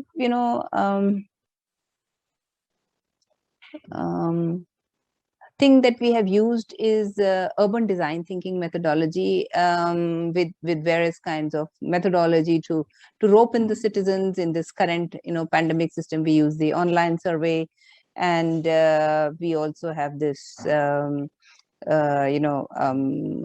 site visits and all that, which was this was happened before the pandemic, but the methodology of actually trying to understand the relevance, to empathize, to define, to look at the problem jointly, going on clubbed with research on the ground, which is already pre-done, so that it's like a system trying to tell the city why you're choosing an area, where you're going, what is it that you really want to do. So it's important to get this research really there before you approach the city. Looking at then as the ideation process goes, or the design thinking process goes, to go into ideation, prototyping, testing, go back to the people. So we had this community where we were trying to design this green park, and we actually did this several times with them, and you have a pre-feasibility coming out of it, and then a business model. So we did this for green cover. We did this maybe one more. This is also for stormwater management, where we developed an app. What you see here on the dashboard is the sample of the app which we did for Bhubaneswar, where you had the supervisors feeding into an app, and there was a dashboard which the city could see, and there was crowd reporting for the problem areas, and then a reporting back. A simple system with a fantastic algorithm at the back of this, this entire mechanism. It is sensor based, it's sensor free, because the city said this is the first thing that disappears when a flood comes, or when there's urban flooding and storm. And Bhubaneswar is really prone to all this. So they said they didn't want sensors. So this is a system that we developed. But again, it came out of that design thinking process, and so we use this process for stormwater, for green buildings, for green cover, but you can use this for any of the processes for urban infrastructure to get the plan actually then going on the ground. Of course, this solution has also been awarded. But what I want to conclude by saying that there could be certain implementation hurdles, or maybe then there are opportunities. Thankfully, now most of the cities don't ask us what is climate change. This is something I think I started in 2008. And the first thing people used to tell me, either at the urban development department or the cities, says, what exactly is it? Now, at least nobody says that. The second is changing leadership. Sometimes it's an opportunity. Most of the time, we would say it's a hurdle. But sometimes it's an opportunity where there's a new leader, and there's a new perspective to the entire system then on the ground. It takes us time. Derails us, especially bilateral agencies like us who have issues then of reintroducing the entire system, getting people on board. But usually it does not hamper processes. There are multiple stakeholders, which again is a strength, because you can rope in those multiple stakeholders. And if there's a buy-in, then it can really make the system robust. And it would be there then to stay. Integrating it in the running system, usually a problem, but if you take the integrated, running system on board before you start developing this, and most of the time it's a running system that we are entering, especially things like stormwater. It's the system's already existing. So it's important to make sure that it's already there. It can then be integrated. And this is something that you take up before. Finances, ideally, like Kumar said before, the speaker before the presentation, it's important look at these finances first from your own pocket, just like Kochi did. They prefer to do it from their own pocket and to start small. But look at this, and it's important. Once you have that robustness, you would get other agencies, including PPP players, to come to your city. Localized solutions, and that's probably the methodology that I was trying to present, where it could be localized solutions for a ward, for a smaller area, for as small as a park, as large as a ward, but it has to be localized, it has to be with your own systems in place. And the last would be actually trying to anchor this entire process in the master plan, so that you are not changing your opinions, especially when it comes to climate change, very fast, and the system is in a running system, and there is a legacy for that system where it's sustained, it's in a place, and there is some, even if the leadership changes or any of the other parameters change, there is some place that it can be referred to again and again. So with that, I would say thank you, and look forward to your questions. Yeah. Thank you, ma'am. And I would kind of say that, we often, find ourselves saying that whatever gets measured gets done. And this is what I heard from your discussion, that assessments are helping cities. And there are certain clear ways of how cities can adopt the next steps of implementation and move forward. But I have some questions around it, but I'm going to hold on to that and come back to you in the Q&A round. And with this, I'm going to move to our next speaker, Mr. Tanmay Takle, Policy Advisor to Ministry of Environment and Climate Change, Government of Maharashtra. I'm going to request Tanmay to take over for sharing his experience on how Government of Maharashtra is catalyzing climate action in cities. Tanmay, over to you. Thanks, Prerna, and thank you, WRI-India, for inviting me to be on this panel. As a youth on here, I'm really honored to be able to speak about the work that we're doing at the Government of Maharashtra.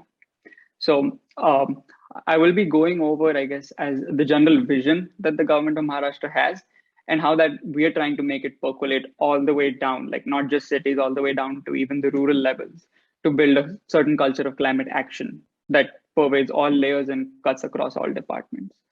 So with the Government of Maharashtra in 2019, we had a change in leadership given the new elections, and the new leadership, the new Cabinet Minister for Environment, Mr. Aditya Thackeray, and the Minister of State for Environment, Mr. Sanjay Bansode, are both very proactive about climate change. And that fresh perspective has been, I guess, a big reason. The political will that came with that has been a big reason why the Government of Maharashtra has been able to do so many things in this short span and look at doing a lot more. I think the main thing that happened with a young leader coming in was that the conversation on climate was brought from the future to the present. So in a lot of times, and this is something we encounter too, we look at climate change as a worry of the future where we have to find solutions. But with the new leadership, that has been completely changed, where even at the rural level, we're talking about it happening in our day-to-day lives. Just recently, the floods that hit the state were a climate-related disaster. And as a result, the IPCC report was presented to the state cabinet. So to explain this approach, I guess I'll break it down at multiple layers of government, starting with the state level. So at the state level, we've managed to put out an EV policy recently, come up with the Tree Act amendment, all which kind of required working across departments, energies, forest, industries, urban development, to be able to implement something like that. And because of this, I guess, strong interdepartmental coordination, we've been able to recognize and tap into the fact that climate change is cross-sectoral. It's not exactly an ecosystem or a sector like, say, you would have energy or waste, but it requires kind of tying up and working with everyone and enabling the right people. So just working with departments is not where we wanted to stop, because we have a lot of support from a lot of partners, WRI-India being one, on some of our city level work, some state level work.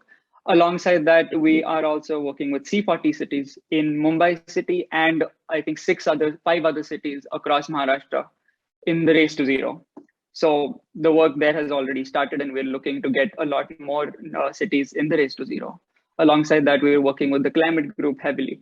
But these international and state level partnerships are, I guess, one aspect of the whole thing. To take the culture all the way down to even the grassroots level, we came up with something called the Maji Vasundhara Abhiyan, which means My Earth Mission. And this is not a policy, but it's a program, I guess, a performance incentive program, a competition of sorts, which divides local bodies into urban and rural, of course. And it looks at 4 verticals, which is Amrit cities. Then there's municipal councils, Nagar Panchayats, and Gram Panchayats.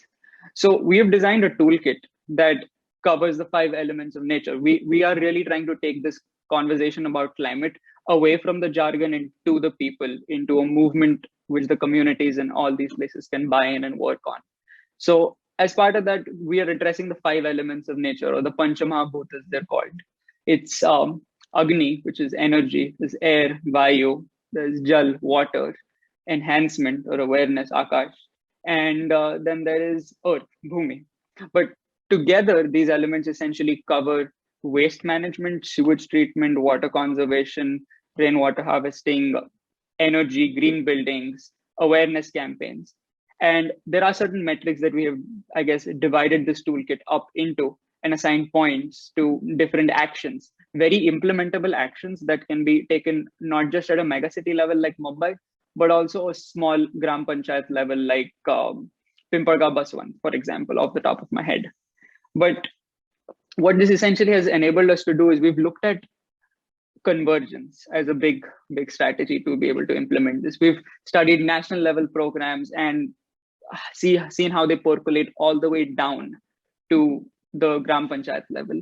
And we've come up with our toolkit, which kind of aligns with that. In our experience, we found out, which is, I guess, a common fact everywhere, that one local body will usually have multiple plans, especially a city.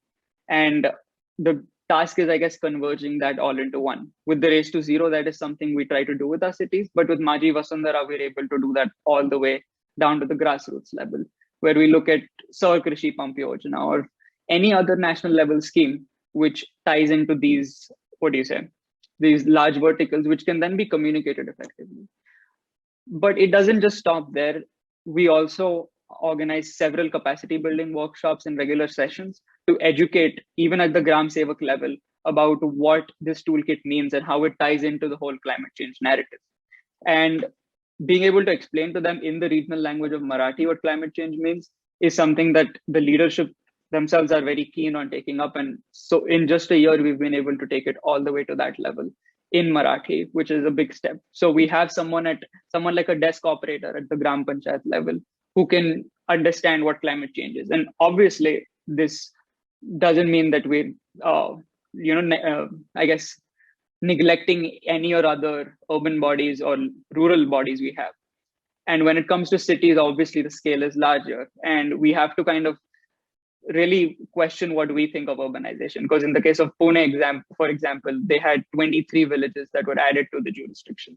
That is an added, I forgot the exact figure, but an added several 100,000 tons of waste that is now coming in. And now it is up to the Pune Municipal Corporation to be able to manage that effectively. And through programs like Maji Vasundhara, we're trying to take that and really mainstream it. But Maji Vasundhara doesn't just end there.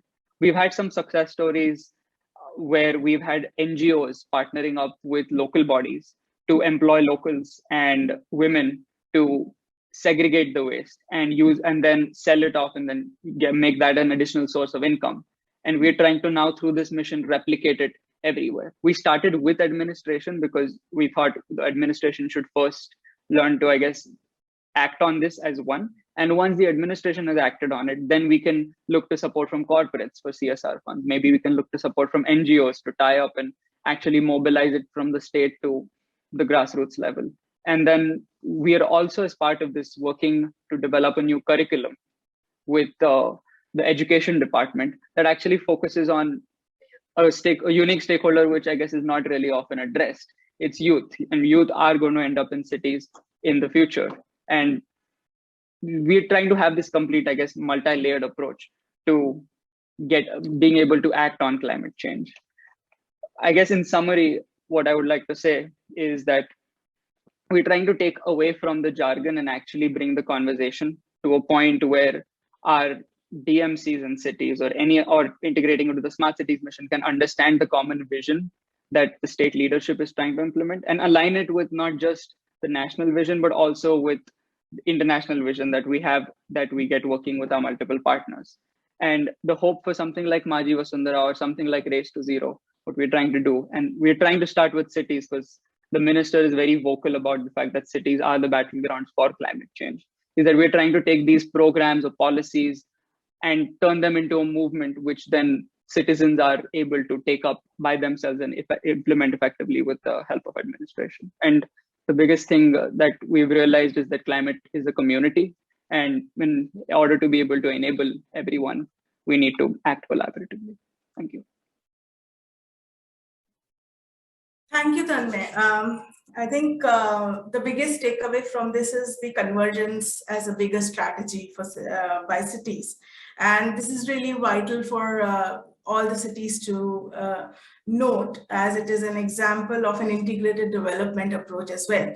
I'm going to hold off the question for the last, and I'm going to invite our next speaker for the day, Mr. Mahesh Harhare, who is the Chief Resilient Officer for Pune City, to share his experience on how Pune is advancing in climate action.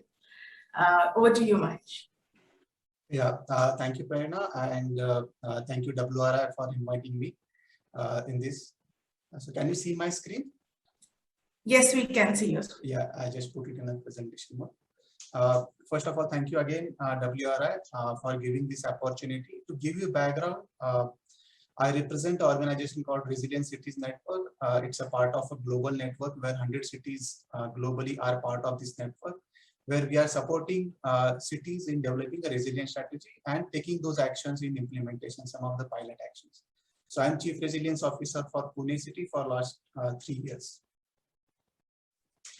Just to give you a brief background about Pune City, there are actually twin cities, Pune and Pimpri-Chinchwad, separate corporations. Pune is the larger among them.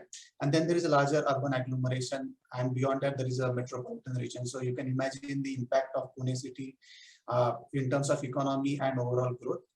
Currently, the population is around 5 million. And the area was earlier 484 square kilometer, but recently 23 villages got added and the area increased up to 560 square kilometer. So you can imagine the kind of a challenge that the city will be facing in future because of the addition of the villages and also the existing challenges which city had.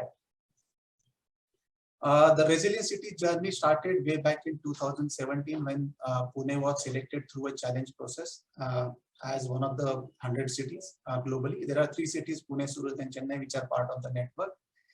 So in the entire process, as mentioned by our earlier speaker, stakeholder consultation is very critical. So our main focus was to basically have perception assessment and stakeholder consultation extensively carried out on ground, and also do the assessment in terms of what are the priorities and areas which cities is taking up, rather than directly going for projects. So this is the overall timeline, and you can see a lot of consultation has happened. Eminent experts were participated in that, and we had series of milestones. So that was one set of what you can say a critical activity which was involved.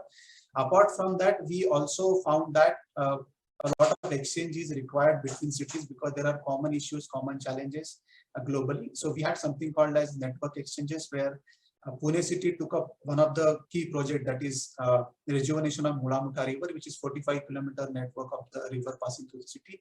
We took that project and we had a network exchanges with cities like Melbourne and Singapore, where we kind of had interaction between Pune Corporation and other city officials, where city could learn the nature-based solutions and how to incorporate them and what are the challenges in that. So that is also one of the initiatives where city could incorporate some of the suggestions in their plan.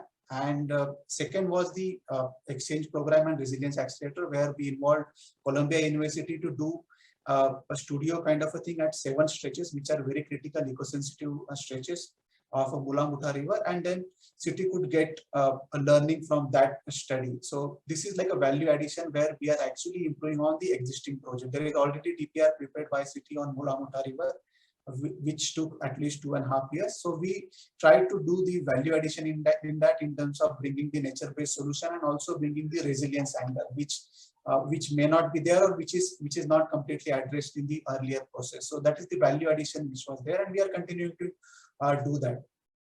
Apart from that, we had a donor partner meet where we kind of had an interaction with various donors where we highlighted some of the pilot projects, and so that the actions and the areas which we identified in the resilience strategy could be taken up further. We are in the implementation mode in that. So these are the three pillars which we identified. Obviously, there are some common pillars like urban growth, environment, and economy. But if you look at two important areas which cities should look at, one is obviously mobility, and other is the urban environment, biodiversity, and water bodies. These have come out as a major areas or priority areas based on consultation, and also earlier during the Smart City Mission consultation, mobility came out as a priority area. Why? Because Pune city with almost 5 million population has 4.5 million personalized vehicles. So you can imagine the kind of a problem city has. City also has a public transportation system, but that may not be adequate to basically cover the entire city and to address the mobility challenge. So we kind of looked at that aspect and we thought that it need to be addressed in a comprehensive way. In case of urban environment, we focused on water bodies and also solid waste management, where we found that city has taken several initiatives in solid waste management. But there are certain gaps where there are certain project opportunities which we have already identified. So moving to waste management, so I'm just focusing on two aspects here, waste management and public overall transportation, to give you some project highlights. So there, city generates something like 2,000 metric ton, and with addition of villages, the waste generation can go up to 2,600 metric ton. And there are many initiatives taken up by city, more than 40 processing plants. Some are decentralized biomethanation plants, some are centralized dry waste processing plants, recycling plants, and then there is a unique partnership with such organization where waste pickers are involved, and they collect waste from more than 800,000 households, almost about 2/3 of cities' households. So that is a unique partnership which is involved. And what is happening is with cities' growth, there are many challenges even in these processing plants. Some are older plants. Some places the database decision making is a challenge because a lot of data is not gathered. So we understood what are the bottlenecks in that, and we kind of roped in Pune in one of the programs supported by Resilient City, that is Urban Ocean program, where the extended producer responsibility will play important role, and we are trying to basically link that with some of the projects so that city can learn from those projects and take it forward.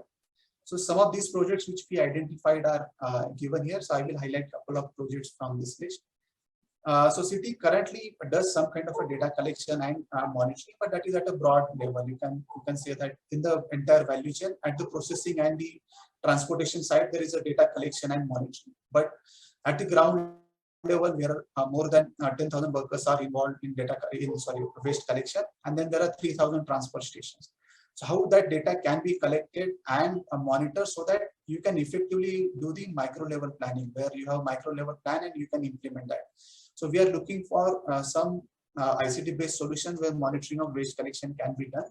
So there is already one private player involved in that. Proof of concept is being done at one particular place called Bhawanipet, and once that is done, Resilient Cities Network will help the city in scaling up further. Apart from that, almost 60% of the waste is organic waste, and there are around 25 decentralized plants, out of which 10 plants are not running at capacity or they are very old. So city is looking at refurbishment of those plants with some newer technologies where they want to expand the capacity from 5 to 15 tons. There are also some pilots have been started, and city is exploring other technologies as well. And apart from that, there are other initiatives like specialized treatment facilities and all, where we are looking for plastic waste management, sanitary waste management, and e-waste management. Already there are some initiatives, but still there are gaps in terms of data management, in terms of bringing the informal sector into the formal recycling part. That is required because currently in extended producer responsibility, a lot of data and documentation is required, which may not be possible for the informal recyclers. So formal recyclers, PMC is helping them in getting authorization from NPCB, Pollution Control Board and all, but informal recyclers, that is not possible. So we are trying to basically build the association of informal recyclers and also bring the documentation and the EPR part in picture so that there is some kind of incentivization and also linkage to the industry as well. So some of these projects are being done under the Urban Ocean program. Apart from that, as I mentioned, mobility is a key challenge in case of Pune, where a city has taken several initiatives around 7 initiatives are taken. Some initiatives are at a planning and policy level where city has developed the urban street design guideline and pedestrian policy. This is important because almost 60% of particulate matter pollution is from the dust, and a lot of places the shoulders are not properly bituminized, or many places what is happening is it is not integrated development where footpaths and the cycle tracks are provided. So for that you need to start from the pedestrianization and also the street design guidelines, so that you have a uniform design across the city depending on the nature of that particular locality. So city has done that and has almost developed 80 kilometer of the network or the stretch, and planning to expand it to further up to 800 kilometers. Then there are around 2,000 buses, and cities also trying to move to electrification. As mentioned by Tanmay, the state level policy is also giving incentive. But before that, city has already procured 150 buses and in e-buses, and it's in the process of procuring additional 350 e-buses. And there is also plan to set up EV cell. We are working in a core team to set up EV cell, where the facilitation for charging infrastructure, bringing all stakeholders together, will be worked around. Apart from that, there are 3 metro rail networks, the 3 lines being developed, which will obviously strengthen the public transportation system. So this is overall what we have seen is that there are 2 important areas or 2 important sectors, that is transportation and waste management, which are major contributor for the GHG emission, where a lot of initiatives were taken by city earlier, but there were many gaps where different agencies like RCN are trying to plug in those gaps and also trying to identify different financing model and funding opportunities for city in that. I think that is overall experience from Pune side. If you have any questions, over to you, Trevor. Thank you, Mahesh. And I see that Pune has taken several sectoral initiatives to march forward with the agenda of climate resilient city. I will come back with a curious question later. And with this, I'm going to invite our next speaker, Ms. Dharmeshta Chauhan, who is a development consultant, and her work area is focused on gender. Dharmeshta, I would request you to take over for sharing your experience on climate action, vulnerable communities, and required steps in this discourse of climate change impact. Over to you, Dharmeshta.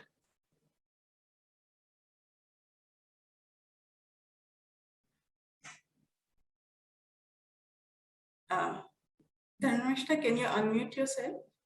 Yes. Sure, we can hear you. Please yeah, and can you see my screen? It is, yeah, we can't see your presentation.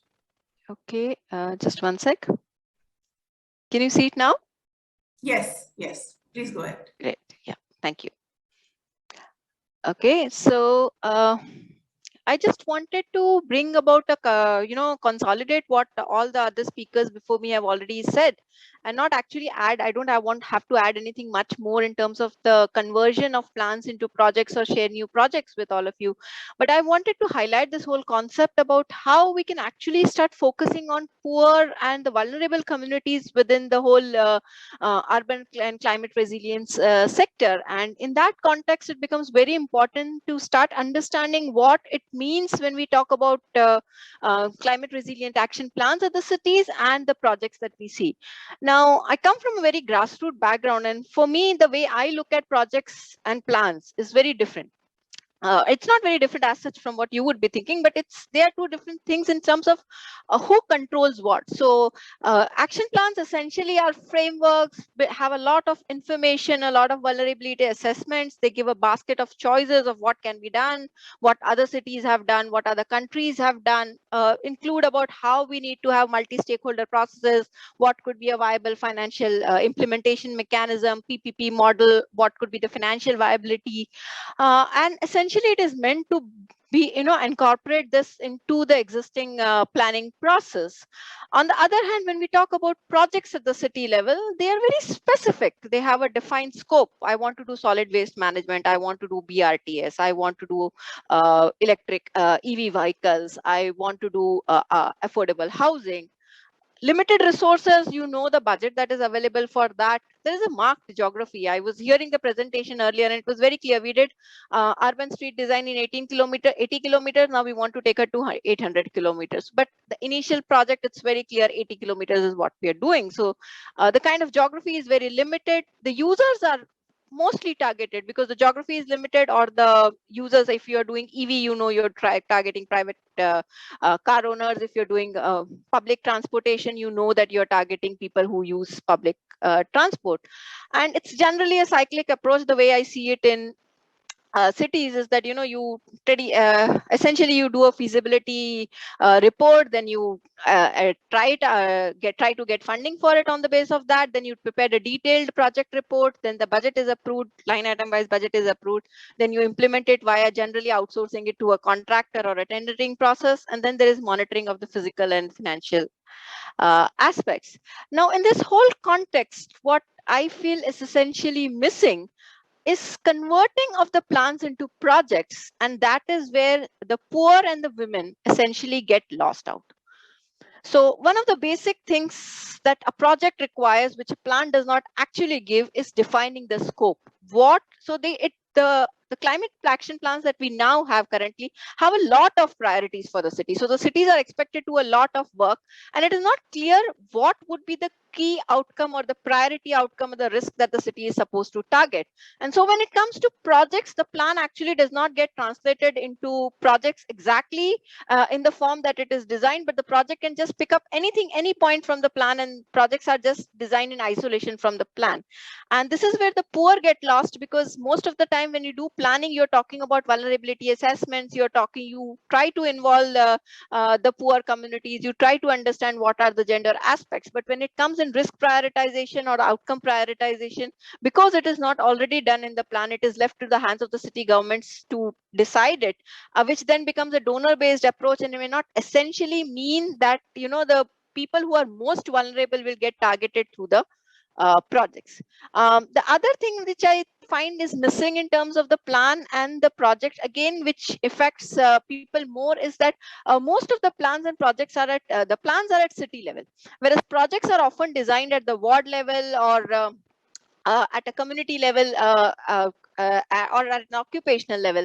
And what means is that because the plan is at a city level, there is a huge gap in actually bringing down to the geography that we are talking about or the communities that we are talking about. And it is in this context that the women and the poor lose. Just to give you an example, we all keep on talking about informal workers in the city. And if I talk about informal worker in the city, generally women worker in the city, home-based women worker in the city, who is generally the most vulnerable within the city context. Most of you will imagine a woman working at home in food processing activities, either taking up tailoring activity or taking up some kind of papad making activity. How many of us actually think about how climate change is impacting this women? I mean, a papad maker is impacted by increased heat rise because her papads dry very quickly. She has less quantity of the papad to sell back, which means an income loss. Irregular monsoons means that she has dried her papad in the open, and a sudden wind flow or a sudden rainfall will destroy her finished product before it is sold, which is a loss to her. Flooding means all her equipments, all the raw material that she has is lost, which again she has to pay for. Similarly, when you talk about tailoring, similar conditions, flooding means all her raw material is lost, her machine is spoiled. Increased heat means she's not able to work in the house, and energy security for her means actually being able to shift into an electric into a system where she's able to operate an electric sieving machine. But all these things are unfortunately not considered in plans also, and that's why they don't get translated into projects also, because the focus that plans need to have on the poor, the defined focus of we need to work on employment of these communities. These are the most vulnerable communities which are impacted, and we need to have projects for this, is often missing between the city action plans. The other missing link that I find is that a lot of institutional focus is given into the plans in terms of institutional mechanisms, whether it will be done to the municipal corporation in a PPP model. You need to have special, whether it would be done to the smart cities SPVs, or you need to have this city climate coordination, climate change coordination committees, which include line departments and municipal corporations. But one of the biggest gaps, and which again ends up affecting the poor more, is lack of involvement of academics, civil society organizations, and the communities, particularly marginalized communities and women. We have already heard in the earlier presentation from Pune how involvement of communities and NGOs can actually impact. And I just want to difference. If you have people who were there in the earlier session would have heard about the Indore case study, and we heard about the Pune case study. Just to give you a difference, talking to women involving private sector, what a difference it makes. Indore has around 300 workers for waste recycling management employed at the center, who actually do the waste recycling. Similarly, in case of Swachh, it employs more than 3,000 workers. So, and the money that the city generates from the waste, recycled waste that is sold, is actually kept by the city. But in case of Swachh, it actually goes to the informal worker or the Swachh member. So it is the money that is coming back to the poorer communities. So it's very important in terms of institutional mechanisms to start looking at how we will involve academics, how we will involve civil society partners, how we will involve the communities themselves. And I think this is again something which is very lacking when it comes to looking at not only climate action plans, but when it comes to looking at how the climate action plan will develop, will be converted into a pipeline of projects. So this is another thing which I think affects poor and women more. The next thing is capacities. I think one of the biggest gaps in terms of converting the climate action plans into projects is that capacities is often termed understood as technical capacities, while transferring scientific knowledge to communities is very to the city officials is very important, while encouraging them to start understanding about climate change and working on it is very important. I think one of the missing factors is assessing the existing capacities. So in most of the climate action plan, it does not actually look at what the city has already achieved in terms of its social capital. I think that is something which is very important. Look, when you're talking about poor and women, we all know that some cities have done well in terms of civil society organizations for creating women's networks and women's groups and poor's groups. Some cities have not done so well. There are some cities which are engaging very well with the National Urban Livelihood Mission, wherein this can be built upon very well in order to have projects which are targeting poor and women more. But this kind of assessment is something which is missing from the city climate action plans. And more importantly, there is no project planning for building social capital. I think that is one of the biggest gaps when you're talking about projects at the city level, particularly those which will have a more vulnerability targeting component. There are hardly projects. I mean, we have been hearing for so many projects from the morning, but I couldn't hear one which was focusing on building social capital at the city level. One of the most critical and important aspects to build the climate resilience at the city level is social capital building. But we are not talking at all about social capital building. All the capacity building is as if the municipal officials need all the capacity building, and there are other players do not need capacity building. The other players do not need to come upon. We have seen it in the rural sector, how starting to look at watersheds and building that watershed committee, how starting to look at SHG groups and women's organizations and investing in building that has actually helped rural areas to grow and develop and become more stronger and even more resilient for that matter. We need to start thinking for similar strategies at the city level if we really want the projects to start benefiting poor and women more. The last, I think we have all been talking about, data and the importance of review and monitoring. But I still think there is a huge gap in terms of an integrated database. So you have a lot of monitoring for solid waste management. You may have another program for monitoring your road transport.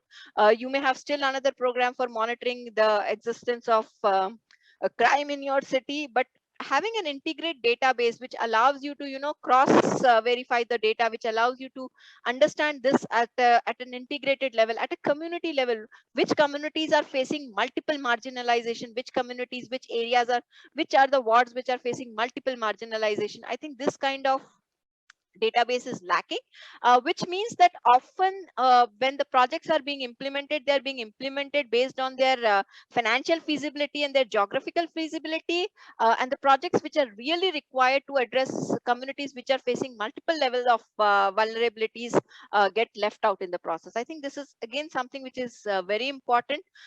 Another thing which is very important is monitoring of the vulnerability targeting. I know it is very important to look at GHG emissions. I know it is very important to look at what you're doing for mitigation action, what is the carbon emissions that are being curtailed. But at the same time, it is also important to look at who is being impacted. And the whole principle of climate justice is that the people who are actually being impacted most by climate change are the people who have contributed least to it.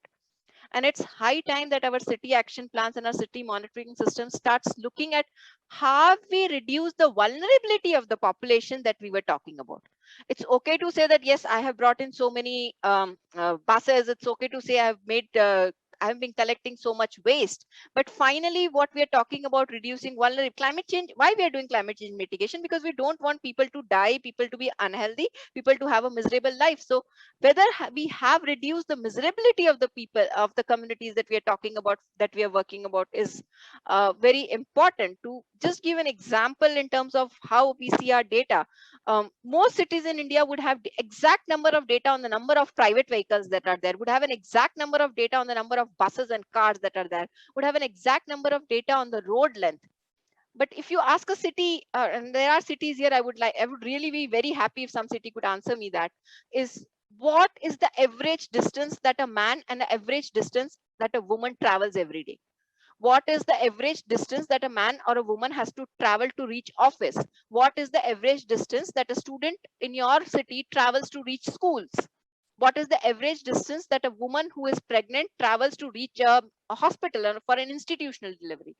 Now, mobility essentially means starting to look at this kind of data and then influencing and working towards them. The projects need to be targeted towards reducing and addressing these gaps. Unfortunately, because we are not able to... We are almost time, I think. Yeah, so I think, yeah, I'll just go to the last slide. Yeah. So I think this is something which is very important, and then we need to start to communicate this back to the communities that we work with also, to in order for us to have more interest with them. This is my last slide, so I'll just wind up very quickly and say that the other thing that I want to push for in terms of changing this, we have heard a lot about the top-down processes that come in, and which essentially come in with, you know, identification of some technology or infrastructure solution or some research report, assessment report, advocacy at top level, then undertaking feasibility assessment, and then, you know, then working with stakeholder groups and engaging them that, okay, this is a project that we have, how can we engage with them to make you a part of this project? So that is where the stakeholder engagement is coming on, and that is the process that we know on. But what I think cities need to essentially start to moving up is towards a whole bottom up process, where you start identifying communities which are vulnerable, understand what is the vulnerability of these, what are the kind of vulnerability and risk that these communities are facing, create processes for them to participate, create processes where the communities are able to engage with private sector, create processes where communities are able to engage with your academics, create processes where communities are able to engage with the studio mechanisms, and then co-design solutions, and then look at how this can be solved. And I just want to end with an example of the Ahmedabad Heat Action Plan. In 2010, the Ahmedabad Heat Action Plan was formed. It was one of the first cities to come up with a heat action plan in India, and if I'm not wrong, in Asia. It was essentially following the top-down process, wherein an institution actually undertook a wonderful research which showed how neonatals were dying due to the heat wave in 2010, and then the city was motivated to come up with an action plan. Now, for 3-4 years, the action plan was being taken. Every year, the action plan was being developed. But when we actually took it, nothing was happening on the ground level. No change was happening on the ground level. When we actually took it at the communities and started understanding heat stress from the community's perspective with Ahmedabad, we found that there were huge gaps in the plan, which actually became a project. Just to highlight 2 gaps, the heat action plan says, when there is a red wave, when there is a red signal, don't move out from your houses. For slum communities, they have to move out of their houses because their homes without ventilations are so hot that they cannot actually stay inside. The heat action plan says, we are opening up parks. Please come to the parks and stay there. Elderly people should be in greener environments. The areas where slum communities are existing actually do not have parks. You see, in any city, that is the fact of life. Uh, for slum communities, there is not an option. So what can be done for slum communities? And that is where the slum community leaders got together with the cities and said, let's come up with a project where we are painting all our rooftops white, so that we can reduce the temperature within the houses from 2 to 3 degrees. And the city actually came up with a project for heat action as a part of the heat action plan, where it is painting rooftops of slum households white, so that the temperature within the household is reduced, and the community and the most vulnerable to heat stress can actually benefit out of that. I think Dharmeshta, I will thank you have so to much. request. Yeah, thank you so much, Dharmeshta. And I think the bigger message that we take from what you discussed is that vulnerable communities are hugely impacted, and they are the ones who are excluded in the conversation. And they, even if there is so much that is happening around us when it comes to climate action plans for cities, these communities are still there's still a huge gap in addressing the concerns of these communities. With this, I'm going to, and in the interest of time, I'm going to move ahead to our last speaker for this session. That is Dr. Archana Patankar. She's founder of Green Global Consultancy in Mumbai. Dr. Patankar will discuss essential ingredients of climate action plans for a city through specific examples from India and around the globe. Dr. Archana, over to you.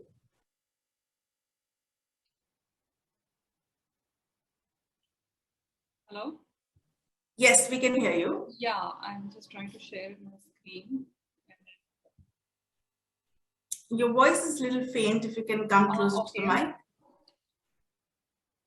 Can you see the screen now? Not yet. Yes, it's loading. Yeah. We can see your screen. Is it clear now? Yes, yes, it is. Okay. Please go ahead. Okay, so thank you everyone, and thank you WRI for inviting me to this panel.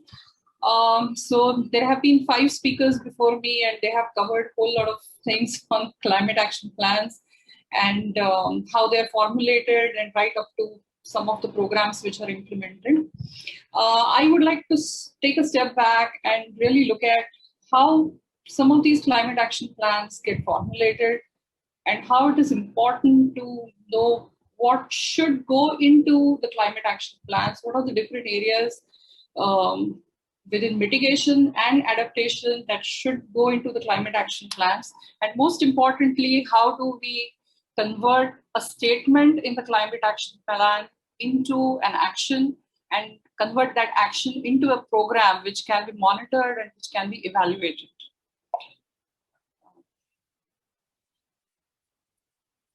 Okay, so I'll just quickly go through this, that we know that cities are the engines of economic growth. We know that the world is urbanizing rapidly, and to also take forward what Dharmeshta was talking about, 1/3 of these residents are going to be living in informal settlements, which means our climate action plans really need to look at who are the most vulnerable people and how do we do something about them.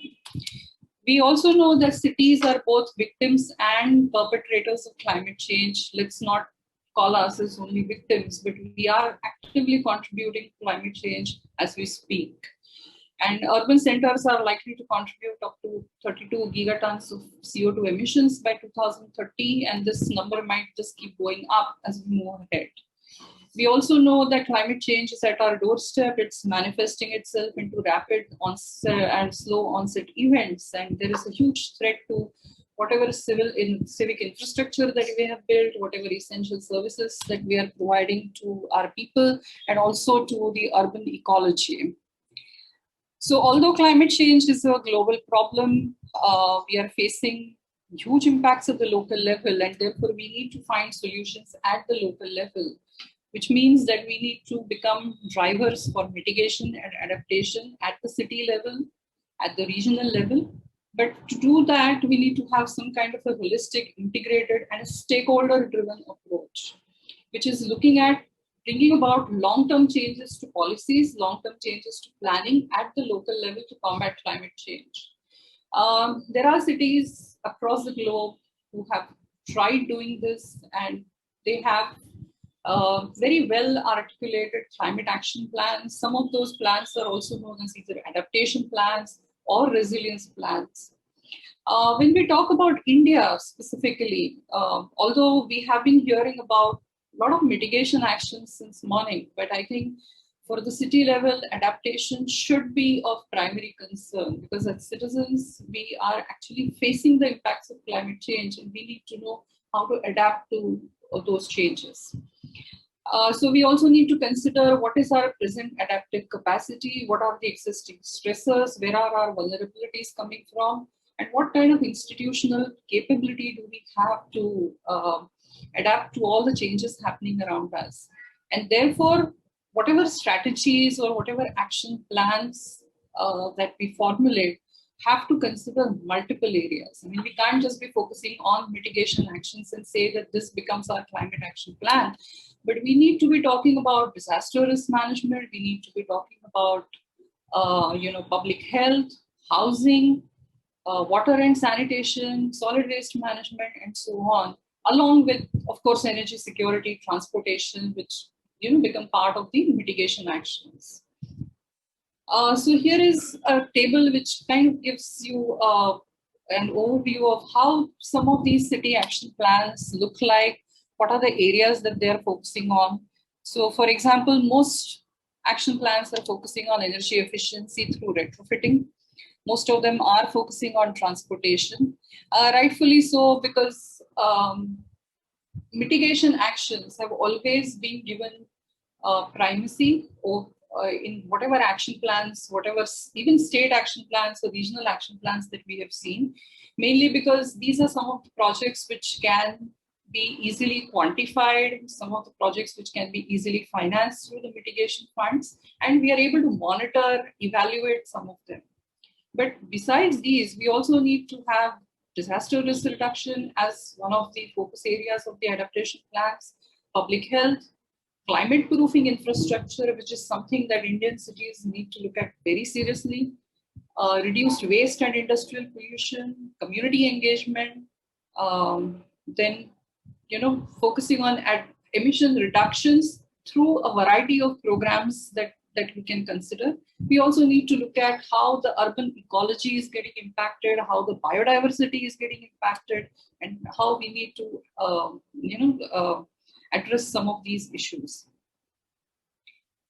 There are some specific considerations that I want to focus on while preparing these action plans, while deciding exactly where we want to focus on. For us in India, it is the National Action Plan, National Adaptation Plan, National Action Plan on Climate Change, the NAPCC, which is basically some kind of a blueprint for the actions to be taken at the regional or local level. But the problem with NAPCC is that it's a normative document. It's just some kind of a suggestion given to us as to the direction in which the region or city should move. But there is little guidance on preparing specific action plans for regions or specific action plans for cities. It's almost 10 years since we have started preparing the state action plans. In fact, I have had the opportunity to work with a few state governments within India to see how these action plans are formulated. And sometimes it just so happens that these action plans do not really translate into significant medium to long-term actions. Because as I said, there are statements within these action plans, but we don't know how to convert these statements into specific programs and how to deliver those programs. And this is especially true of adaptation. As I said, mitigation projects are easier to deliver because we know who are the ultimate beneficiaries of those programs and how to reach out to them. But adaptation becomes a little more abstract, and therefore it's a little more difficult to translate a statement into a specific program. Plus, at the city level, we have the problem of multiple stakeholders and very complex governance structures. I would like to point out the example of Mumbai. So for Mumbai, who should be preparing the climate action plan? Is it the municipal corporation? Yes, maybe by default, it is the municipal corporation who should be preparing the climate action plan. But at the same time, we also need to understand that there are other important stakeholders within Mumbai. So you have the state government, you have the disaster management units, you have the slum rehabilitation authority, and most importantly, you have the planning authority, which is MMRDA, which is also going to have its own blueprint for how Mumbai as a city should look like 25, 30, 50 years down the line. So when we are preparing these a city action plan, let's say for Mumbai, a climate action plan, we need to bring together all these stakeholders. And then, of course, you have the academia, you have the NGOs, you have the community-based organizations who need to be consulted. We find that preparing an action plan becomes a top-down approach where we have the NAPCC as the reference document, we have the state action plan as another reference document, and then we simply have a few statements made as to how the cities need to move towards better mitigation and adaptation. But again, those statements are very often not accompanied by specific timeframes and specific financing frameworks. And therefore, very often the plans only remain on paper. Many times we devise a project, but we possibly have not considered whether the beneficiaries really want that particular project or not, and how moving from short to medium to long term, how those projects are going to pan out, and how ultimately the beneficiaries will be either benefited or impacted by some of the strategies that we have devised. So there is some kind of a missing link here. We are following a top-down approach, but we are not consulting the other stakeholders at the grassroots level. And then, of course, there are different departments who have to synchronize their strategies. Very often it so happens that, and we have had this experience when we worked with the state action plans, that not all departments know exactly where do they fit in as far as climate actions are concerned. What is going to be their role? And even if we try to convince them that they have an important role to play, they sometimes don't have additional financing to get into this role in a more serious way. So we need to really have a clear idea, a clear pathway of how different departments can synchronize their strategies for each particular action, which are the important departments, which are the important stakeholders, and how they need to be consulted in what time frame, and how much financing will be available for the multiple stakeholders. Again, climate communication is the key over here. I mean, how many times the beneficiaries actually know that that certain programs are being implemented because it will help them to adapt to climate change. It will help them mitigate their contribution to climate change or to the GHG emissions. I mean, climate communication is the key here. Not many people, even within the government, really know how their actions, their programs are going to contribute to climate change, either positively or negatively. And that's where, we find that this becomes the biggest hurdle when it comes to either planning something or, converting an action into a program. Now, when it comes to, setting all these plans, policies, and so on, what is really missing is that we do not have a very legislative framework for climate change in India. So there is no climate change law which says that, yes, your city needs to have a climate action plan and your city needs to focus on these areas as far as the climate action plan is concerned. And who is going to monitor whether the city has prepared the plan or not every 5 years? Is there going to be a monitoring of how much the city has achieved out of whatever planning was done? So we don't really have a climate change legal framework. So we need to look at how we can have a strong legal framework which will help us prepare and implement some of the action plans which then become legally binding on the cities. And city residents should actually have the right to clean environment and a better climate. And as of now, we really don't have that right. We just try to convince the local authorities that we need to make a better city and therefore we need to have a climate change action plan. But as such, there is no fundamental right that a citizen has to claim that we need to have a better environment, we need to have better climate. So we need to consider some of these aspects. And most importantly, we also need to consider how some of the risks can be turned into business opportunities at the city level. So for instance, when we talk of climate proofing and the investment required for that, or investment required for mitigation or other adaptation actions, there are a lot of opportunities available for even the private sector to make investments in. And climate action plan should look at these aspects as to where the private sector can come in, where the communities can come in, and how they can contribute to some of the actions and some of the programs. So here I'm giving you a few examples of, one example comes from India and the other three examples are from across the globe, where we are looking at some specific actions identified in the climate action plan and how those actions have been dealt with. So this is basically about converting a statement to an action and converting an action into a program which can then be implemented and monitored.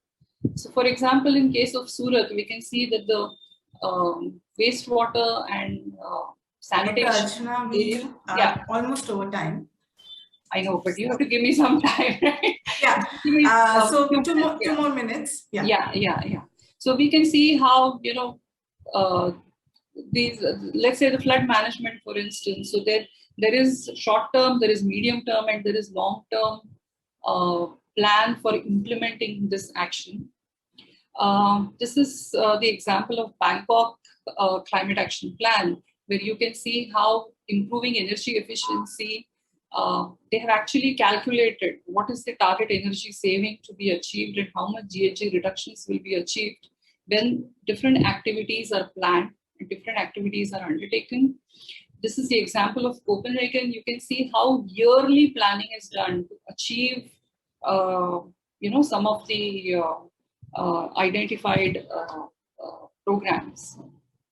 So you can look at the stormwater reduction in hydraulic load on water courses, and you can see how year-wise there are certain targets to be achieved, and most importantly, they have also calculated the cost of implementing each of these actions, which is very important. We do not find this kind of detailed planning in our city action plans. Lastly, I have this example of Rotterdam. You can focus on how they have written what is special about this project, who is going to implement this project, within which framework, and who is commissioning this project. So they are kind of said very clearly who's going to finance this project, who's going to implement it, and how is it going to benefit the community over medium to long term. And that's exactly what we need to focus on.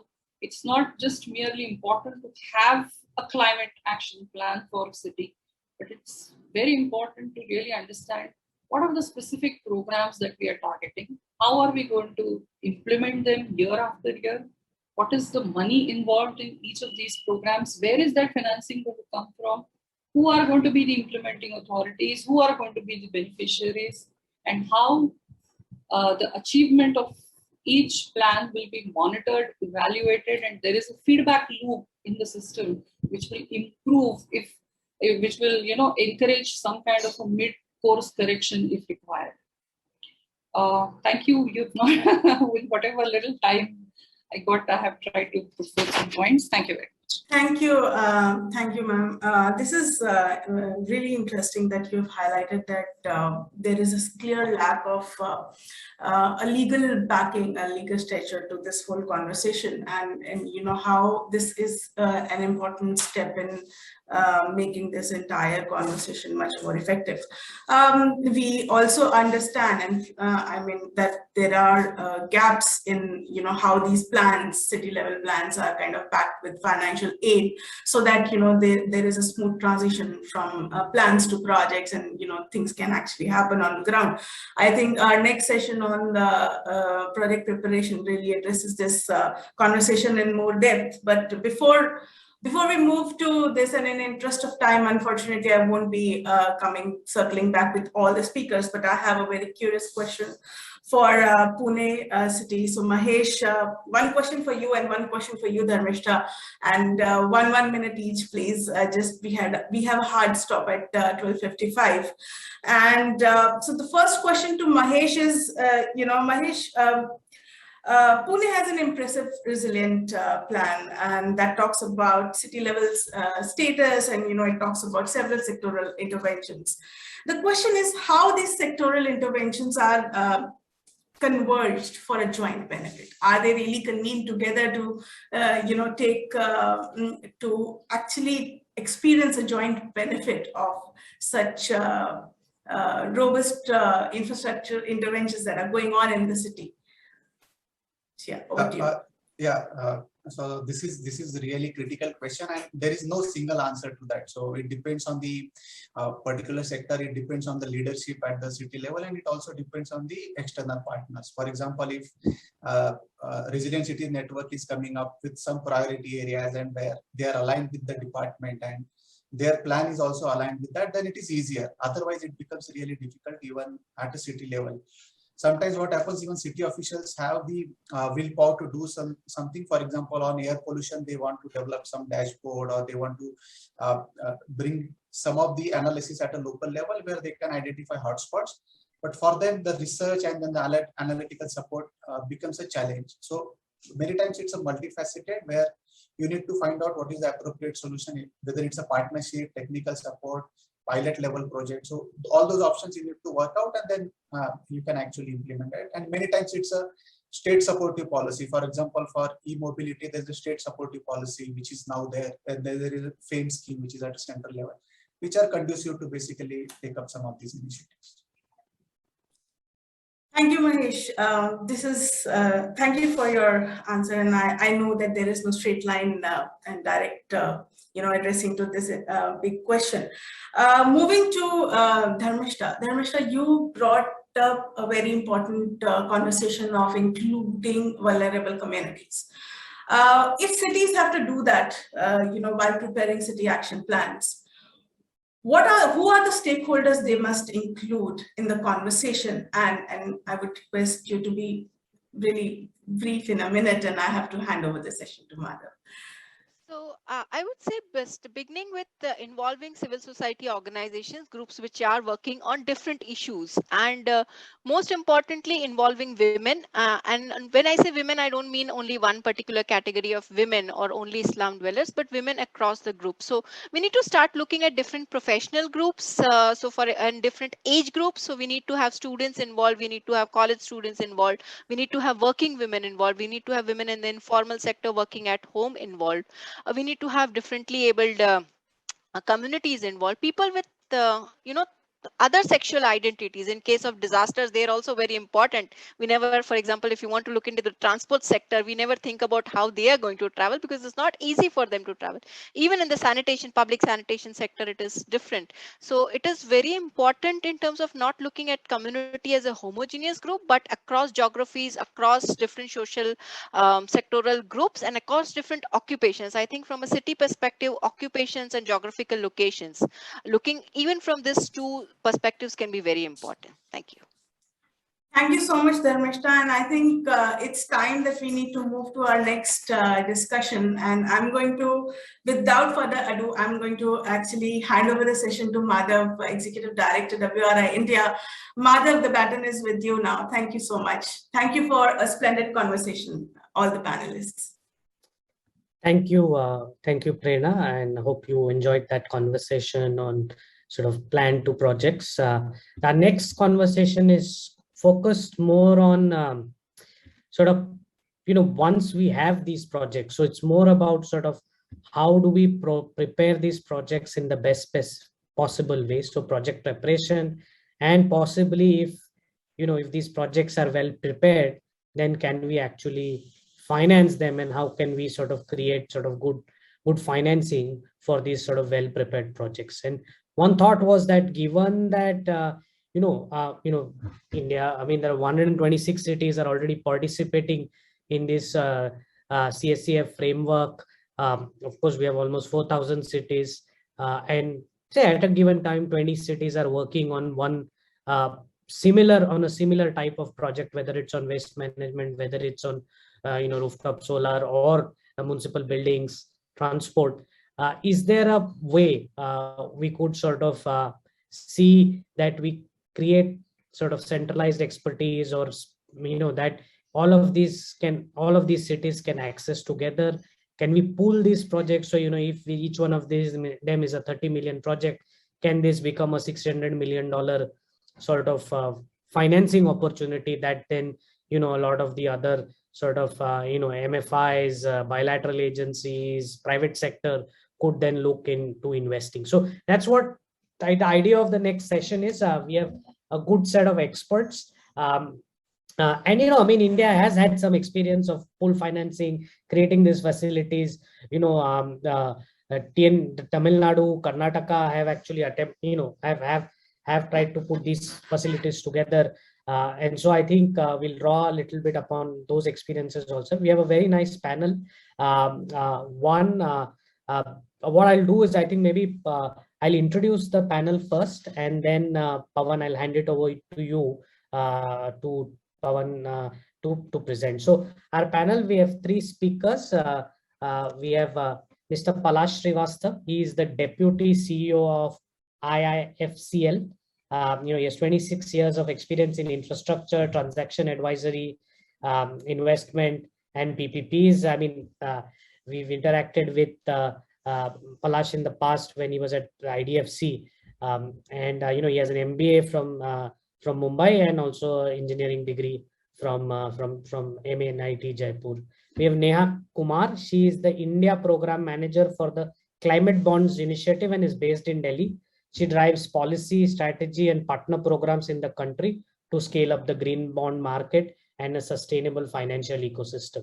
She's also working with Ministry of Finance Working Group on Sustainable Finance Taxonomy Development. She has over 15 years of experience working in public policy, regulation, industry action on issues of sustainability, responsible financing, and environmental and political risks to investments. And finally, we have Daniel. Daniel is currently working as a senior urban project development specialist on the ADB JEF project. Before this, he was the city advisor with the C40 cities group in Chennai. He has been instrumental in making the state of Tamil Nadu sign the Clean Bus Declaration and committing to a zero carbon transport budget in the future. He's also sort of worked in the cities of Chennai on sort of their climate action planning. He has a postgraduate degree in geomatics from Anna University and has over a decade of experience in public sector engagement in climate change and e-mobility. Finally, I'll introduce Pawan Kumar Ankanapalli, my colleague. Pawan is a senior manager in our urban development team. He also spent many years at IDFC Foundation before joining WRI, and takes a keen interest in these areas of finance, infrastructure financing, project preparation, pool facilities, etc. So Pawan will make a background presentation to sort of set the context for the rest of our conversation. So over to you, Pawan. Thank you. Thank you, Madhav. I will just now share my screen. Just let me know in case I am not audible. Audible, we can see your screen. Just go to full screen. Okay, great. Thanks, Madhav. And I will now present a few slides on background and the need for the PPM. So with the recognition of the need for localizing the global agenda and also the Paris Agreement on climate, there is a significant need to accelerate the efforts to make financing available for local climate action at the city level. So this basically requires an investment-ready infrastructure project that's pointing out to the importance of supporting cities in the project preparation process. But when you look at the overall infra picture, there is a large gap between the investment that is required and as well as the actual current investment into the urban infrastructure. So to meet the requirement, both public and private finance resources are required. So moreover, more climate finance, as we discussed in the first two sessions, more climate finance should be channeled from national and international agencies to the local and regional level where project implementation would take place. So however, when we look at a lot of projects at the city level, many projects cannot actually be linked to finance due to several reasons, such as lack of bankability, insufficient project preparation, high risk at the early stages of the project development. So in this session, what we will discuss about is we will discuss some of the bottlenecks and some of the approaches and the solutions to address the bankability issue, which basically hinders, which is hindered by largely the project preparation tool. So I now move to the slide where if you look at Indian context, the investment requirement, depending on the method that you would look at, they range from $650 billion to $1.2 trillion. However, all these estimates converge at one point, is that the immensity of the investment that is required to finance urban infrastructure. So while these numbers make the dimension of the challenge very clear, they also highlight the fact that there is a lot of potential for investors to fund these requirements. So this is one side of the equation. On the other side, what you have from investors' perspective is that they would like to help cities to realize the infrastructure projects, but for them to commit funds for the infrastructure, they require city governments to submit a well-formulated and the bankable infrastructure project. So which basically the cities would also have to demonstrate the managerial and as well as technical capacity to ensure there is a project viability. So many cities in India, I mean, there are few exceptions, but many cities in India have not been able to access finance because they are not sufficiently equipped to undertake the task of programming, structuring, and as well as prioritizing these strategic objectives. This slide, I just basically discuss about some of the factors that are affecting the bankability of the project. So on the left-hand side, what you see is the project life cycle. So there are sub-steps which are involved in the project preparation stage, which are very crucial, which basically tend to miss out in the project preparation process. For instance, when you look at how do you prioritize in the project that you have and how do you structure the project so that whether it is a bankable or not. So how do you look at some of these parties, something that we want to do. As you can see on the right-hand side, there are significant challenges to and also the barriers that affect the bankability of the project. So largely, if you look at the risk associated with economic, political, and legal barriers, and also specific to the investment community, is that, for instance, their mandate, the target risk return that they would expect from the investments, also liquidity requirements. Also, you need to have some kind of experience within the projects at the city level, and also you need an in-house capacity to kind of manage the projects as well. So as we can see is that what we are trying to address is a small part of the entire project life cycle, in the life cycle part. One of the areas that has been hindering the project development process is that also the financing, getting investments for the city infrastructure is the inadequate project pipeline, which has been attributed to the insufficient project development process capacity, to bring the more bankable projects. So typically, project preparation takes about 5 to 10% of the project cost, and the inherently speculative nature of this project development or the project preparation and the cash crunch at the many cities basically leads to significant barrier in terms of early stage development of these projects. So as a result, what happens is cities kind of spend too much time to look for the funds for the early stage project development. So as a result, sometimes what also happens is the cities tend to push some of the projects which are very critical for the city to the back burner, in the sense that those projects kind of become appear trouble, which limits the number of projects that would enter into a project development cycle. So there were early stage support to this project very crucial in the project process. So the other bit that I'm talking about, open the overhead bins carefully. So the other bit that I'm trying to kind of highlight here is the missing link when you look at the entire whole of the project development process. If you look at any plan, so as we discussed in the early morning also on the climate action plan, so there is a plan and you would like to translate the plan into different projects. Typically what happens is the plan gets converted into some kind of concept plan, and the concept plan gets converted into some kind of DPR or the feasibility study.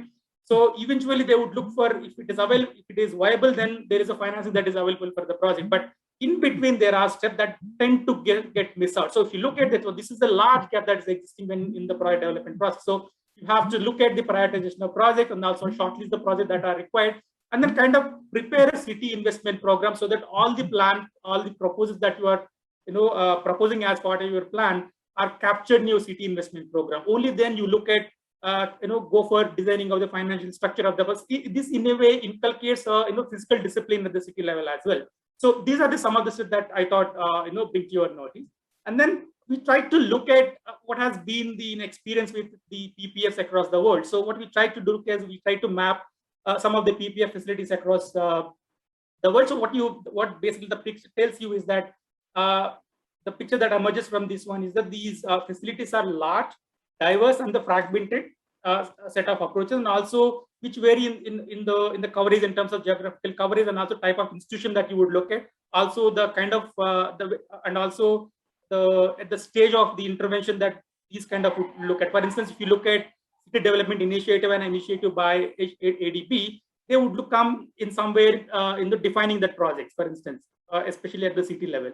Whereas if you look at some of the, for instance, if you look at TNUD kind of structure, so they tend to help these cities from defining to the financing aspects. There are few PPF which actually helps providing the enabling environment also. So I thought we would just kind of present the overall landscape of the PPFs across the world. So I thought this would kind of provide an opportunity that we can just pick up from there and then kind of discuss what kind of modalities that we should look at and what kind of things that we should do. So the last point on this one is that if you look at the access by the approach by the cities in terms of municipal borrowing and as well as PPPs, it is being only that only 4% of entire capital expenditure has been financed by municipal bonds over the last 20-25 years.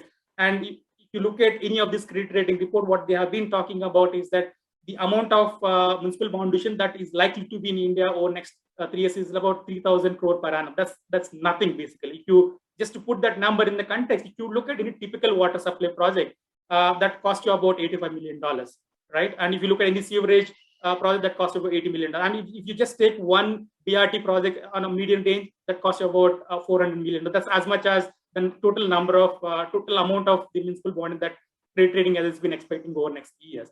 And so also if you look at, when you look at some of the policy documents from the MOUD and a lot of these places, what they say is that they want to kind of meet the infrastructure requirement, 20% of their infrastructure requirements through PPPs and the municipal borrowing.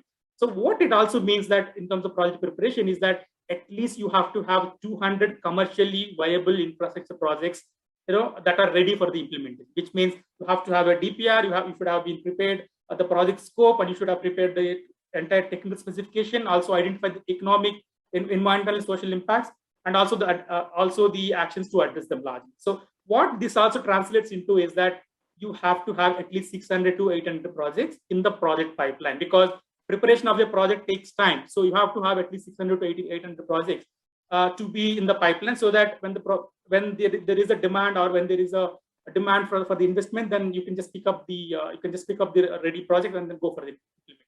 The other point that I also want to kind of point out is that at any given point of time in India, at least 15 to 20 cities would be preparing projects. So for instance, if you take any medium-sized city, maybe they may be preparing 3 to 4 projects, which means at the end of the year, at least you will have 60 to 70 projects that are under preparation. So how do we kind of look at, given the there are issues related to standardizing templates across the city sizes, and also the expertise that is required to prepare projects across sectors. For instance, transport sector would require a different set of expertise, and water, sanitation, some of these climate-related aspects would require different set of expertise. So how do we kind of prepare, or come up with a project preparation facility which can be conceptualized at an appropriate level, so that a lot of these issues related to bankability can be addressed in the longer term. Madhav, I will stop here and over to you. Thank you. Thank you. And can we have the panel, please? Also, I mean, I think maybe you can stop sharing your screen, Pawan, and Neha is.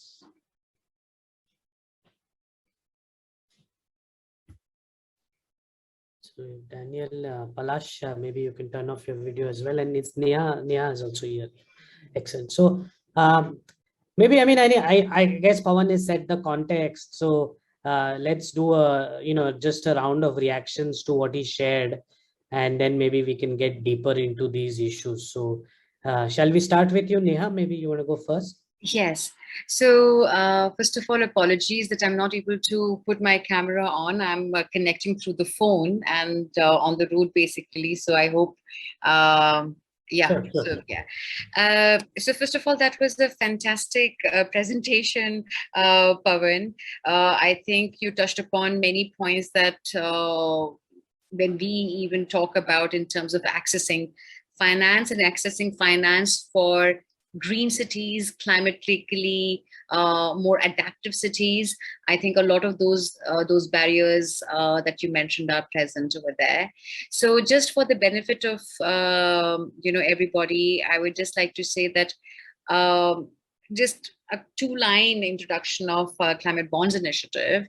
We are a not-for-profit organization, and I think why Pawan got me over here to speak in this particular session was to actually look at the possibility of certain financial instruments which can be accessed by cities, and by which I mean more green bonds, and how can they be a good instrument, or what are the challenges in accessing commercial capital from the capital markets. So that was the angle that I was going to touch upon. And Pawan had shared a couple of questions with us, and some of them are that, okay, how are the cities currently accessing green finance or climate finance? Second, what are the challenges and opportunities? And third, like he so basically told us that, some kind of pooled financing facility is required, and what is it required, and how can it be brought about? I think just cursorily, first of all, just let me give the reaction. One is that in our interaction with municipalities and with city level entities, it is very, very clear in India. I mean, it's really a conundrum that for any kind of city level action, the state becomes very important. It is the state authorities at some level which actually decide what kind of financing, especially when you are focused on financing, can actually be accessed or generated by city level authorities. So first of all, we are acknowledging the fact that cities by themselves are poor at revenue collection, poor in terms of resource mobilization, and there are a whole lot of reasons for that. There is a political economy around that. The devolution of grants, state financing does not happen in time. So while you have the devolution of finances itself is so, it lags behind the plans, that you're really not able to actually create a forward-looking project pipeline, because you do not really know when those. So the state level component to actualize city level financing, I think, is an important consideration for us, and it is really a barrier at some level, but it can also be an enabling solution, and we can come to that a little bit later on. The second thing is that we know that we have heard about Smart Cities mission and Amrit mission and all of that, but what basically it is telling us is that there are certain cities which are large cities which perhaps are in a better position to access finance. And within that, the urban local bodies and the municipalities, which are investment grade, can come to the market. But then what Pawan basically said was that it's not the green aspect which is really a problem, or it is actually certain risks and institutional deficiencies which make these projects so difficult to perhaps come to a level that you can be certain that they are bankable. That's the problem. It is the institutional capacities of the bodies at the city level, municipalities themselves. Their incapacities, I think, are a major roadblock, and also they're not regular corporate bodies who have been going to the market. So when we say that they're dependent upon grants, they're dependent upon budgets, they're dependent upon, so they have always been in a very, very different way, a different mode of governing themselves. acknowledging that public finances are not enough and commercial borrowing and going to the market looks like a good opportunity, has to take into the account the fact that if you come to the market, you are more scrutinized. That kind of governance, corporate governance, doesn't actually exist in majority of the cities and municipal bodies. So these are certain barriers that we are functioning within. But when we say that are there islands of hope, or are there things that one can do, I think definitely yes. First of all, acknowledging the fact that if you access market borrowing, that will induce fiscal discipline. I absolutely agree with Pawan on that account. But we should not really aim at, I think that the masses or the large swaths of cities will change through private borrowing. I think we need to first of all be able to demonstrate in a bunch of cities which are better rated, from a bunch of urban local bodies and municipal bodies which are better rated, and help them see what a project or what a green project pipeline can look like. I will come to this pipeline and opportunities question a little bit better. I think I've just focused my comments right now on the overall thing. I'll come back to the other questions later, if that's okay. Absolutely. Thank you very much, Neha. Let's, Palash, maybe you can sort of go next. You had a chance to look at it. But yes. So I think I will, of course, endorse a lot of what has already been said. But I think I'll get a little granular here. If you look at say 100 top 100 cities, there will be one, of course, if there are 200 projects to be made, as Pawan was actually saying, we have possibly the technical consultancy capacity. We may be able to standardize a lot of this stuff. In fact, we are doing many more projects in NHAI than this number. But the capacity to, so I'm looking at project preparation first.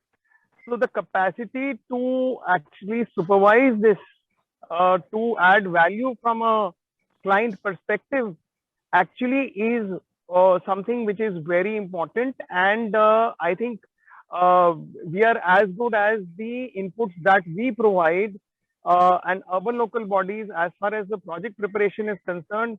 This particular thing is something, the oversight, the capacity to develop projects is something which is very, very limited. So that is, I think, one thing which I would like to highlight. And there is a case for having a project development facility which actually can really not only help recycle say the projects, in the sense that they keep because there is not much funding also available as far as the project activities are concerned at the grassroots level. When if there is a municipality which has only 20 crores of untied funds, and it has to basically develop projects, then and it takes 6 months to actually develop a project. I'm just getting very granular, and I'm just examining how an urban local body can actually develop the kind of projects that we are actually envisaging. So one is very clear that if we are looking at urban local bodies to take charge of project preparation, I think right now, as things stand, there is very little staff, there is very little budget, and there is a very little technical capacity for them to take up project preparation. That's something which I would actually underscore, something which Pawan had at a macro level mentioned. The second point that I would like to make with regards project preparation is that a lot of the funding or the partnerships, which actually I think I have a lot of experience around PPPs. So I can say that a lot of success around say PPPs also hinges on the fact that there is a certain level of state level endorsement convergence which is brought about.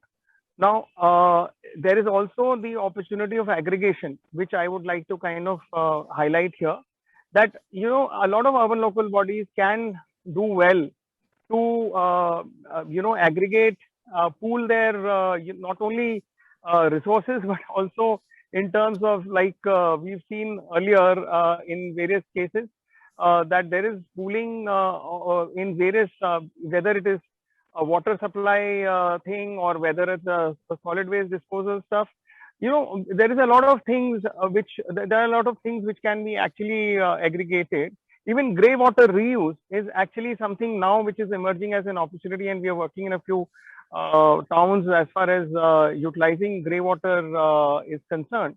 The scale actually improves the viability of the whole framework.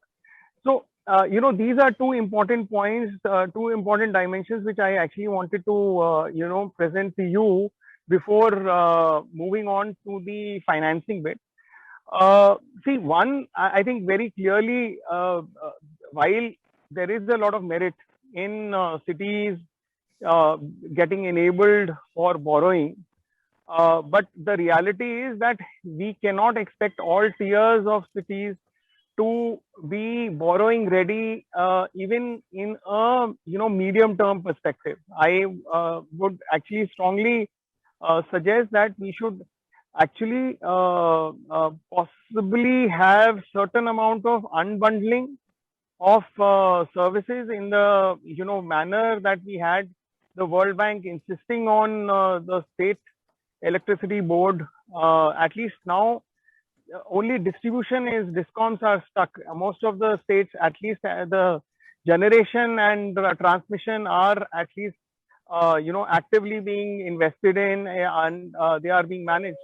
So also, I think the urban services unbundling is an important dimension, and I don't want to really kind of take too much time explaining that, but I think the final point that I would want to mention is that, you know, the third tier of government, the local government, is really not really the third tier as far as the RBI is concerned.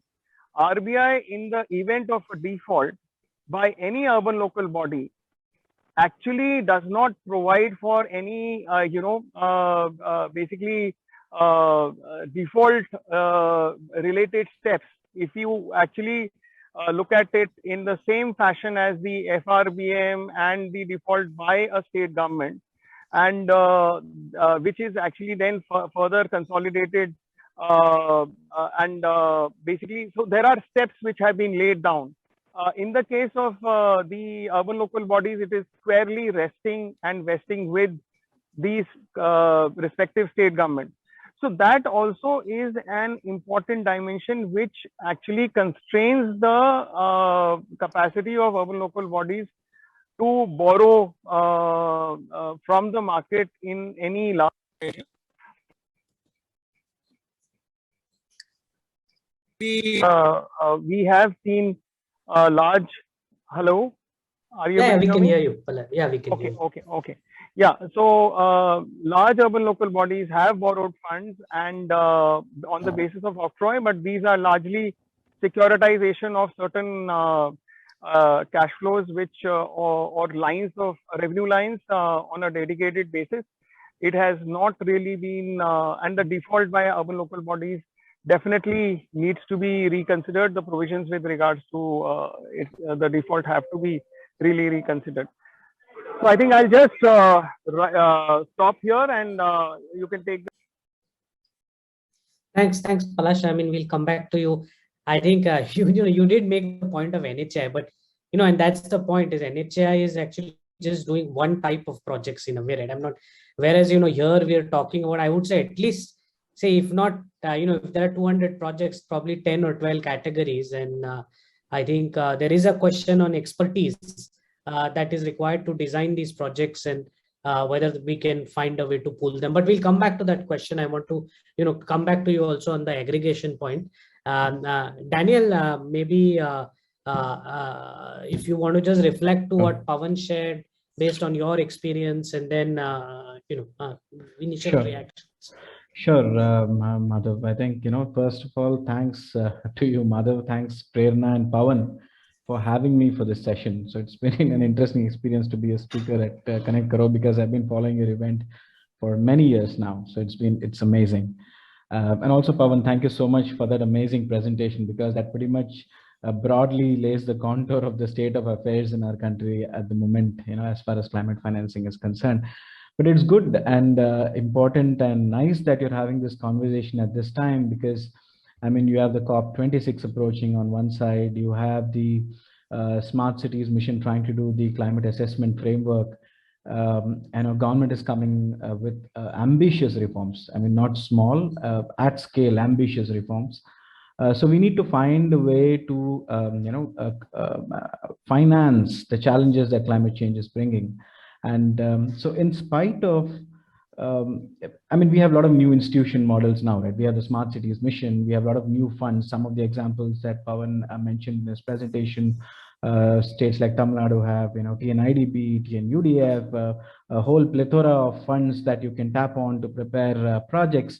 But for most part, we are essentially, like they say, we are fighting a 21st century problem with a 17th century governance model. The climate decade, like the way UN calls it, right? So how do we move from a pilot mode? We are always piloting projects, right? So how do we move from a pilot mode to at scale delivery?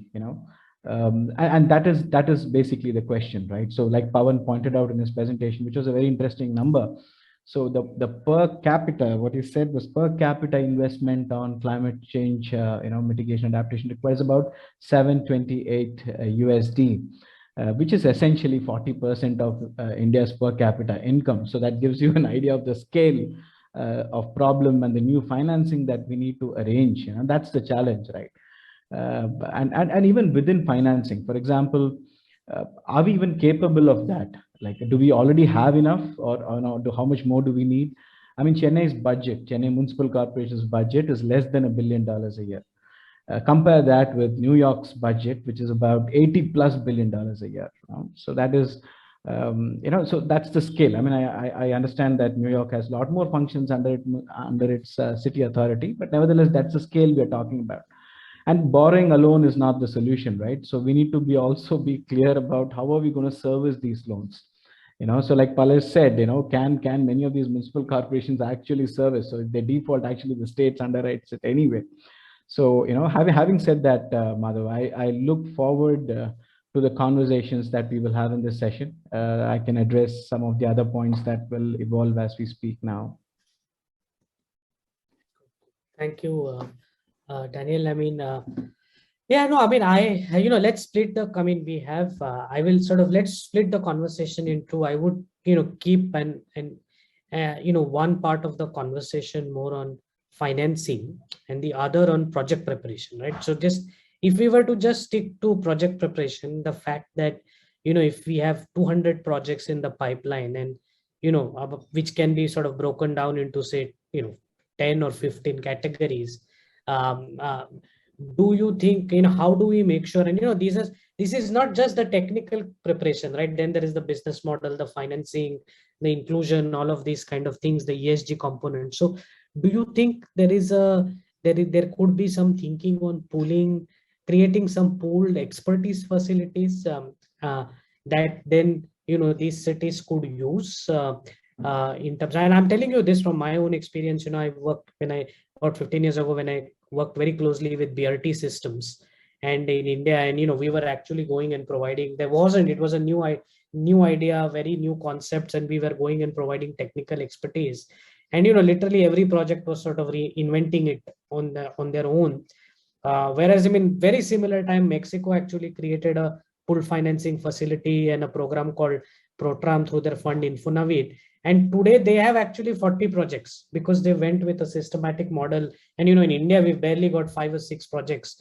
And 5 or 6 projects that actually totally flopped because they didn't have the right technical design. So I think drawing on that experience, I'm just curious if you think, and if that facility has to be created, like, or, whatever, where do we situate it? Can we create these pools? can MFIs or others think about coming together?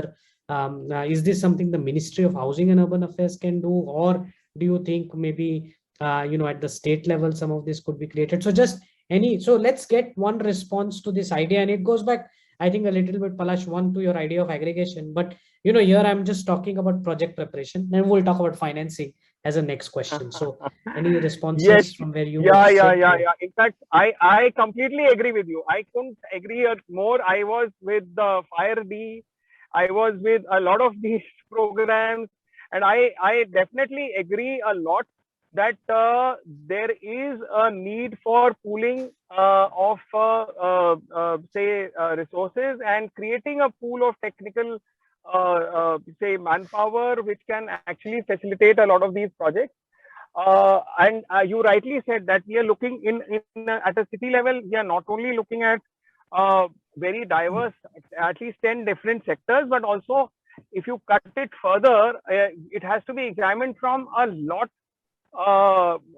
more complicated dimensions. And there is a stakeholder connect, and while it is an advantageous thing, but also at the same time it has to be done more diligently rather than in a representative manner, because if in a urban context, the competition for space, the land, all that is something very intense. And I definitely feel that the social aspects, the engagement aspect is something which has to be on a continuous basis. And that's where I am actually taking a leaf from what Brazil has in terms of having their plans getting developed, not fresh from the start every time, but if there is a history to it. A lot of the say think tanks or knowledge organizations have been given a certain lien for about 8 or 10 years for actually developing projects and innovations.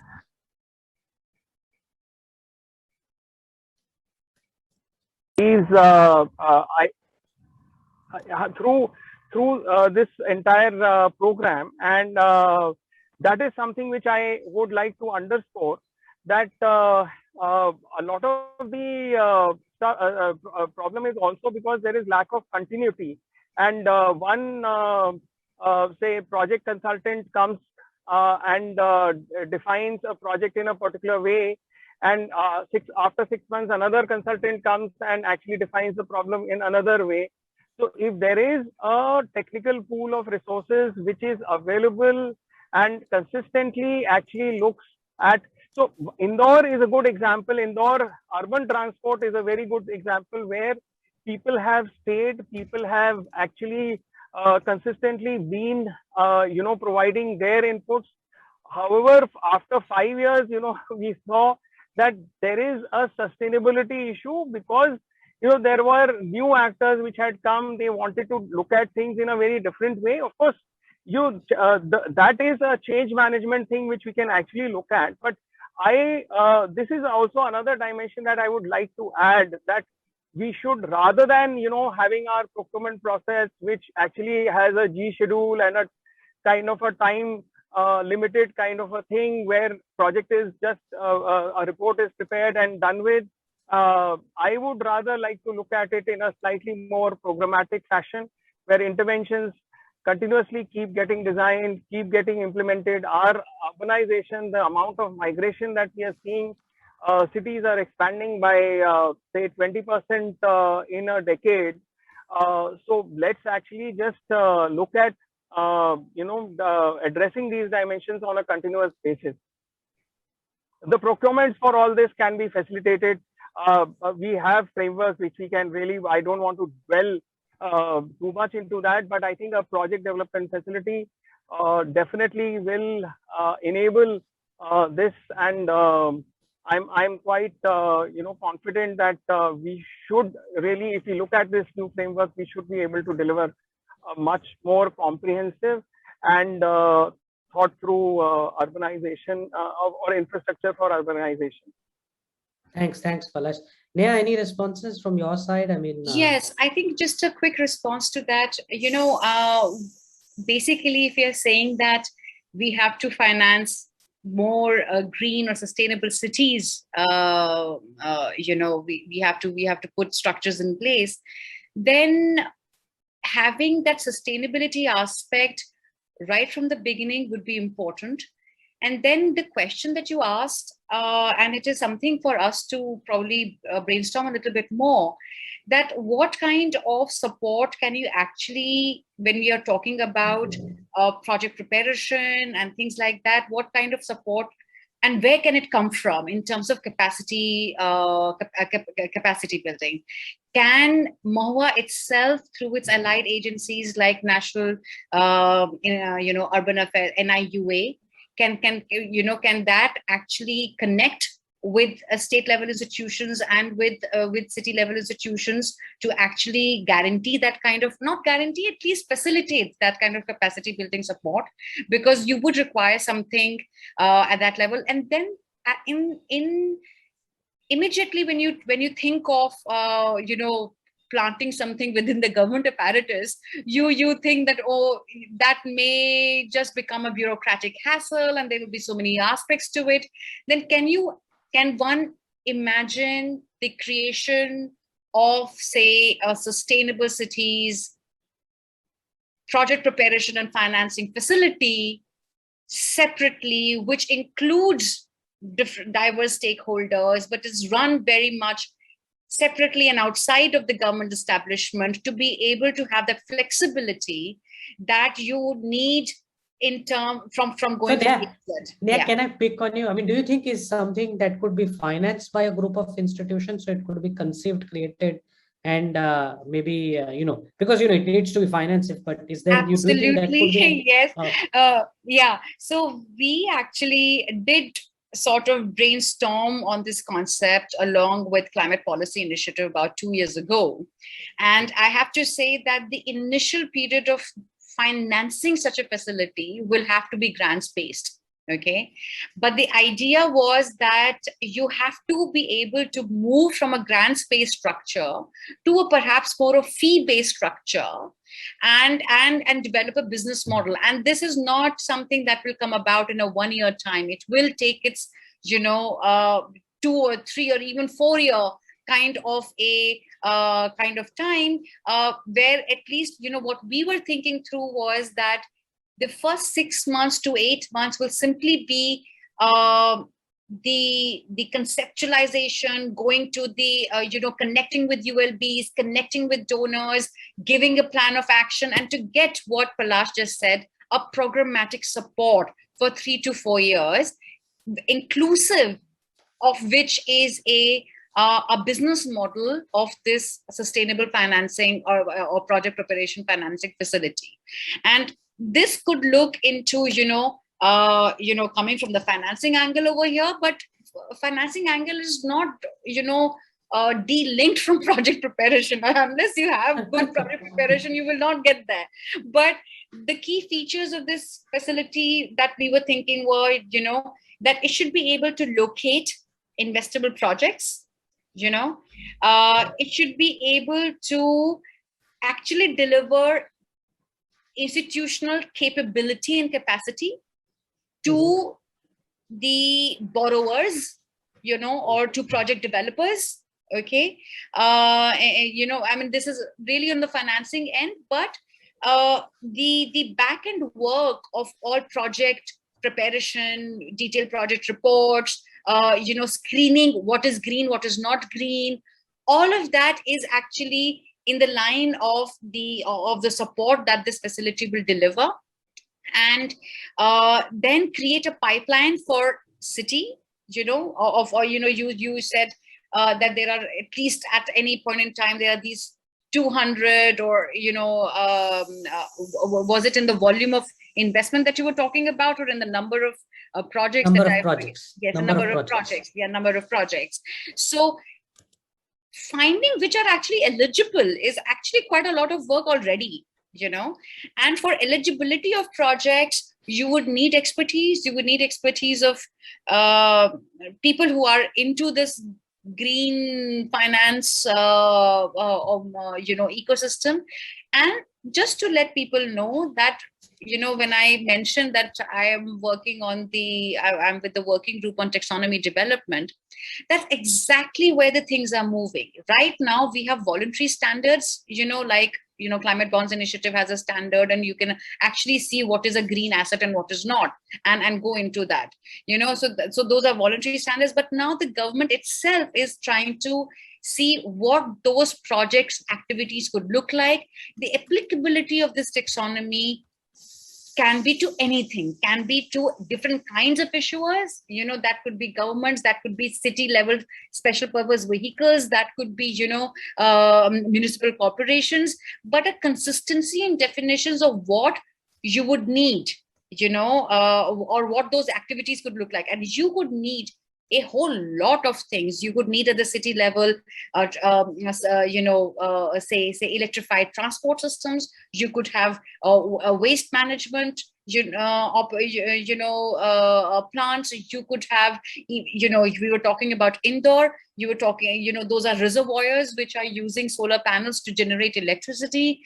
So we also sort of also looked at what could be those different kinds of assets which could build themselves into pipelines according to certain definitional criteria.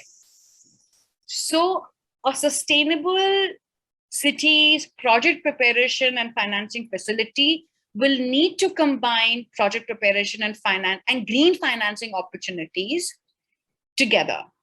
And I think somewhere I lean towards having this facility outside of the government apparatus, but leveraging definitely on whatever we have. So even things like having an advisory panel which comprises, government functionaries and donors in the initial phase and investors is an extremely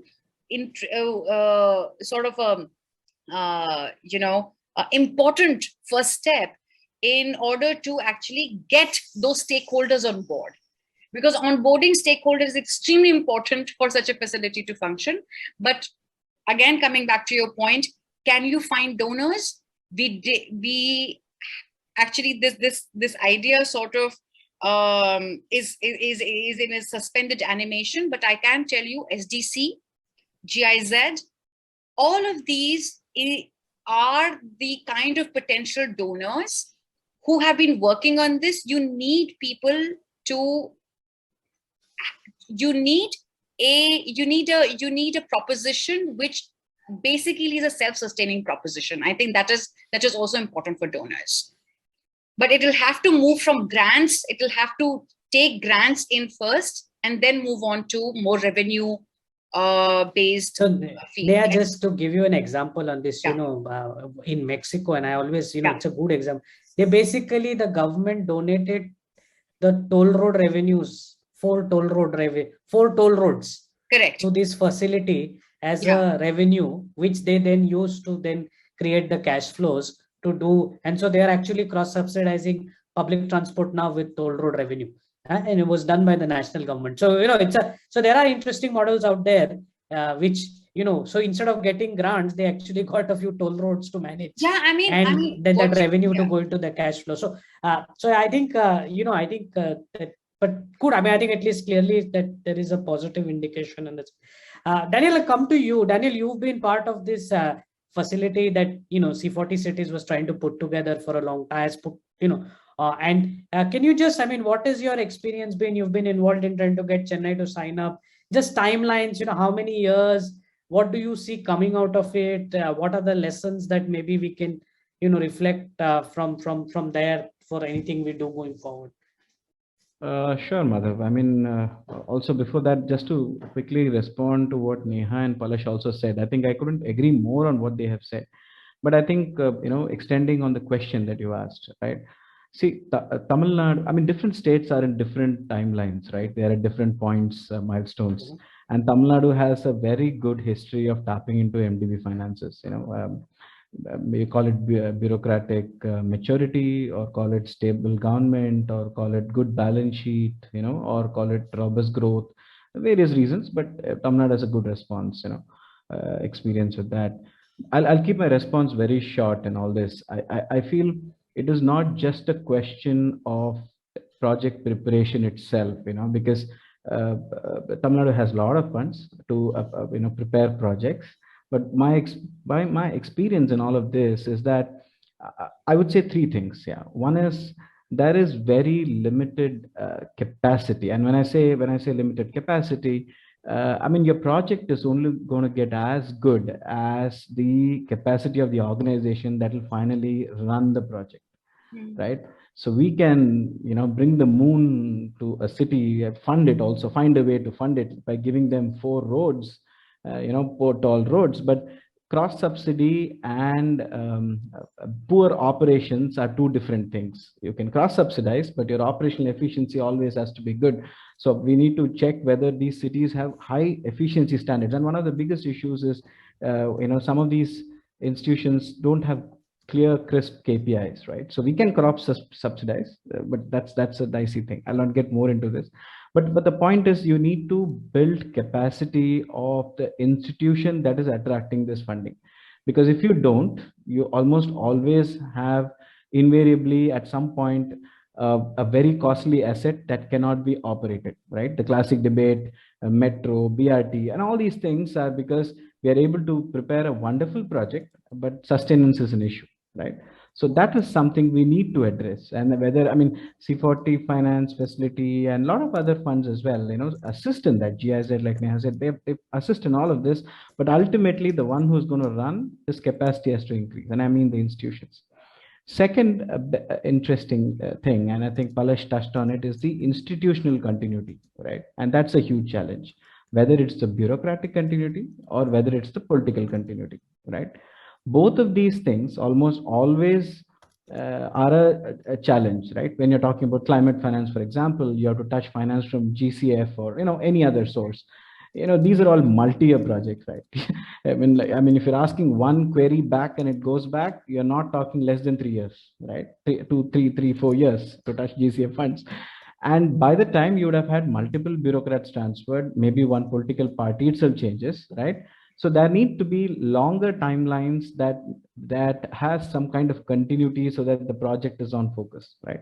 Because I mean, as a very quick example, there was this Emscher River restoration that was done in Germany, and I think they had a 30-year plan, and multiple parties saw through it, and they finished the project in 27 years. And it'll be good to take some learnings from that. So limited capacity, institutional continuity, and number 3 is institutional reforms, right? So unless we do an institutional reform for these institutions to be able to systematically build their capacity to increase their revenue otherwise, and also to be able to service these loans, we are just going to create projects. I mean, otherwise what typically happens is, even Germany is full of these examples. They create a new SPV, and because the SPV doesn't inherit the past problems, their projects are always funded. But 10 years down the line, they become another white elephant in the room. They become part of the problem, right? It's the same everywhere, right? So we need to address this systematically instead of just, I mean, technical assistance is good. I agree with you, Madhav. Technical assistance is good, but it has to come in the context of Indian governance. Thank you. Thanks a lot. Palash, I'm going to, we'll wrap up with last round of questions. But Palash, I wanted to ask you, you touched a bit on aggregation. And, I was just curious, any thoughts on aggregation, right? Should it be based on ticket size of projects, or should it be based on type of projects? Can we aggregate across states? So just any thoughts on that, and, how would, whether we can put together a sort of a matrix in 2D or 3D based on all of these 3 factors and see how things come together. I mean, any thoughts? Palash is a bit frozen, but maybe Neha or Neha, you want to sort of respond to that, or Daniel, while we wait for Palash to. Sure, Madhav. I could I mean, Sure, go ahead. yeah, I could. Yeah. So, see, I would never say this or that, okay, because I always see the bar of what we have versus what we dream of as a huge gap, right? So, I would say all of it, right? So, as much as possible, as soon as possible, as fast as possible, you know. So, I think so the more financing, so it comes down again to having a very robust roadmap of how cities will absorb these funds for what, with what capacity changes over a period of time. And only if we get these sub cogwheels right, will we be able to do justice in the medium and long term for the funds that we are going to attract. You know, so I'll stop at that. Madhu. Yeah, do you want to?